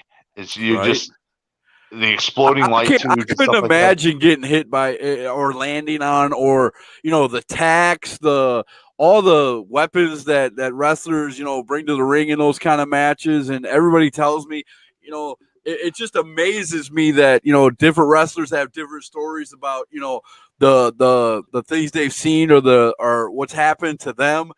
And I just, like you said, I sit here with my mouth unhinged, just like, you did what, or you took what, or you let somebody do what to you? I mean, Sometimes those of us have higher tolerance of pain than other people. It's not that we like it; it's just we're not really bothered by it. I mean, you've seen me do hardcore matches. I don't mind getting nasty. I mean, as I get older, though, my body doesn't heal like it used to. right, It's my hardcore matches become farther in between because I got to let my body heal up. But right. sometimes it's good to just, I mean, and you feel so peaceful afterwards. I mean, you never realize beating somebody up in a chair how euphoric it can be and how actually calm it'll make you afterwards. Just get all the frustrations out. Yeah, it's like therapy, but you don't have to pay for it. You're actually getting paid to do it. So there you go. Sometimes it's good. Yeah, I get in trouble when I try to do something like that at the house here. Well, sometimes you can take a cookie sheet and whop, especially when she's wearing that Jake Jacobs hat. Oh man, he's talking about your boy Jake Jacobs. Hey, what? No, I love Jake Jacobs. I hope Jake Jacobs keeps a level head about himself. Oh yeah. I like Jake Jacobs. I like him. He plays a good heel. He works on his character, and that's what I like. I love wrestlers that, like I say, take a drink, everybody who does the drinking game, who invests in themselves, and that's believe it. That's the whole thing. If you don't believe your character, you don't believe in yourself, it's not going to get over it because it has to look natural. I'm always said that Big Country, the good guy is me just turned up to 1,000. The bad guy is me just turned down 1,000, pissed off. Right. The more you put yourself into your wrestling, the better it comes out because it's more natural and it seems more fluid. Those guys that try to push a character, that's why I wouldn't want to do a character. That's a lot of things like with WWE, they push a character on you. Right. If you don't feel it and you're not, you don't want to do it. You can actually tell on WWE television if a guy isn't into doing his character. People can tell. Fans can tell immediately. But I got to get to this because there's a story here that I need to know. Dexter says, Big Country fun fact, he was in a movie with 9 from the Rise Guys called Nito Mosquito. Explain that. Well, not just I don't know if you ever listened to the Rise Guys, but James McDonald is his gimmick on the Rise Guys is 9. Really awesome guy to be with. Also, Fat Boy and Matthew from the Rise Guys morning show, 93.3. Also, Jeff Lewis Neal is from there. Okay. Jeff Lewis Neal, I think now is their production director, but yeah, my friend Brian, who was also the head bouncer of the club I bounced at, was really into making movies. That's what he wanted to do. That's what he's always wanted to do. And he comes to me and he says, "Hey man, we're doing a movie with a bunch of the guys from the Rise Guys show. It's going to be called Nito Mosquito." I was like, "Oh, that sounds freaking weird." But the basis of the movie is it's a Rubik's Cube tournament. And basically 9 is like this savant that nobody knew about. He hands him a Rubik's Cube and all of a sudden he solves it in like 2 or 3 seconds and hands it back to the guy. And basically what it is, my friend Brian played like this evil, he was a store owner, but he was like, he wanted to win the tournament. Basically, he wanted to get a guy in there that could win the tournament. And 9 and his friend was actually played by a guy who's no longer with us. I hate it. But he basically he conned 9 into being in the tournament because he was just going to steal the tournament money away from him. So my character in the movie was it was me and a group called Team Action, TJ and Kirby. I don't know if you ever heard of them. But we were known as the Burrito Brothers. The Burrito Brothers. Yeah, we were professional wrestlers. I was Big Burrito. He was Supreme Burrito, and I forget what the other one was. But basically the way we came about is 9 decided he wanted to get trained, and he thought that he thought he was calling a gym, but he was calling a wrestling school. So they show up, and we're in there, we're wrestling in the ring and everything. And I actually say some stupid, corny stuff to him, trying to be funny. Believe it or not, the stuff that I did say actually got cut out. It was kind of like take your breath away. Like, I can't believe you just said that. But yeah, the movie was really fun. It was my first movie. It came naturally though, because shooting promos and stuff like that and being in front of, people, the acting thing came naturally to me. But right. Yeah, it was really fun to do. I loved working with the guys. I love, you can actually, it's on YouTube. Type in Nito Mosquito. You can actually watch the whole movie for free. It's actually a pretty I'm definitely going to do that. Yeah, I mean, if you're offended by some language, it does have some harsh language in there. No nudity or anything like that. But yeah, we actually premiered the movie at theater off North Tryon, actually in a movie theater. It was actually Oh pretty cool. We had wow! the red carpet and everything. But yeah, it was a really fun I could experience. see you walking down the red carpet in a big old suit and tuxedo. Actually, And no, I was wearing a button-up shirt, some slacks, and I actually had my heavyweight title from New Millennium over my waist or my nice, shoulder and everything. nice. Always playing the part. Well, I love it though, and dude, I would love. People have said like, I should branch out and do things like people think I'm really funny. They've talked about doing like stand-up. Uh, People said that I I'd should do love to see. radio. I'd come watch you do some stand up. I would love it. Basically, what I would want to do is just have people talk smack to me, and then I flip it on them and just roast them. I think that would be a good gimmick to do. But yeah, it didn't feel foreign to me because of the wrestling and because of performing in front of people and doing promos and stuff. I was able to get into it easier. I felt comfortable doing it. But yeah, anybody that wants to watch it, just go onto YouTube, type in the search bar, type in Nito Mosquito movie. And, I'm gonna watch that as soon as we get off here. Yeah, it's actually pretty funny. Just tell me what you think. There's a group, two guys on there. It's called Shades and Davis. One of them was my friend Doug Gammon, and the other one was Brian's brother. But they were funny. They play cops, but they're idiots, and yeah, they say some of the dumbest crap on there, but it's hilarious. Bulldog says, I wrestled back in the 70s against Ric Flair. This is Bulldog. I don't know if you know Bulldog or not, but man, if you wrestled Ric Flair, that is somebody to yeah. If you got video of that or anything, that's cool stuff right there. Just remember it was RIC. He never put the K on there. Yeah, that is true. It's RIC. Yep. I may or not still have Country's copy of that movie for like 3 years now. He borrowed your copy and never returned it. I think he's just telling you right now he stole your movie from you. Well, the good part is you can watch it for free. Yeah, I did bring it over there, and because he wanted to watch it, he had heard about it, and I just left it over there. You can watch, like I said, anybody can watch it for free now. I enjoyed it. It was funny. I'm definitely gonna check it out, man. Well, we've been on here for 2 hours and 35 minutes, man. My wife is like pacing behind this. Oh, yes, sir.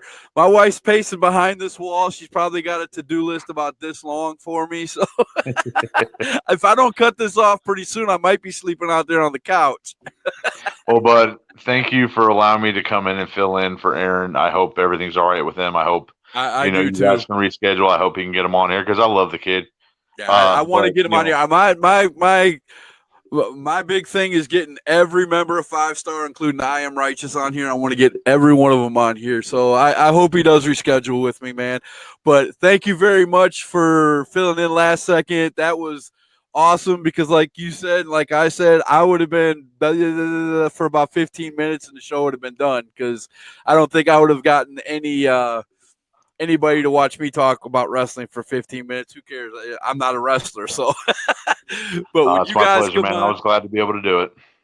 Man, I love it. Let's see. I love to piss that man off. We've been friends for years. Well, there you go. Hey, if you got Ric Flair as a friend, you're okay, man. No doubt. Well, everybody, we're going to say goodnight. Thank you, Big Country Man. Again, you always know you are welcome to #Truth at any time. And get that hat out of my screen. You put it on my head, I'm going to burn it just like he told me to do. Thank you. All right, man. You guys have a good night, and we're going to call it a night. We'll see you tomorrow night. Peace.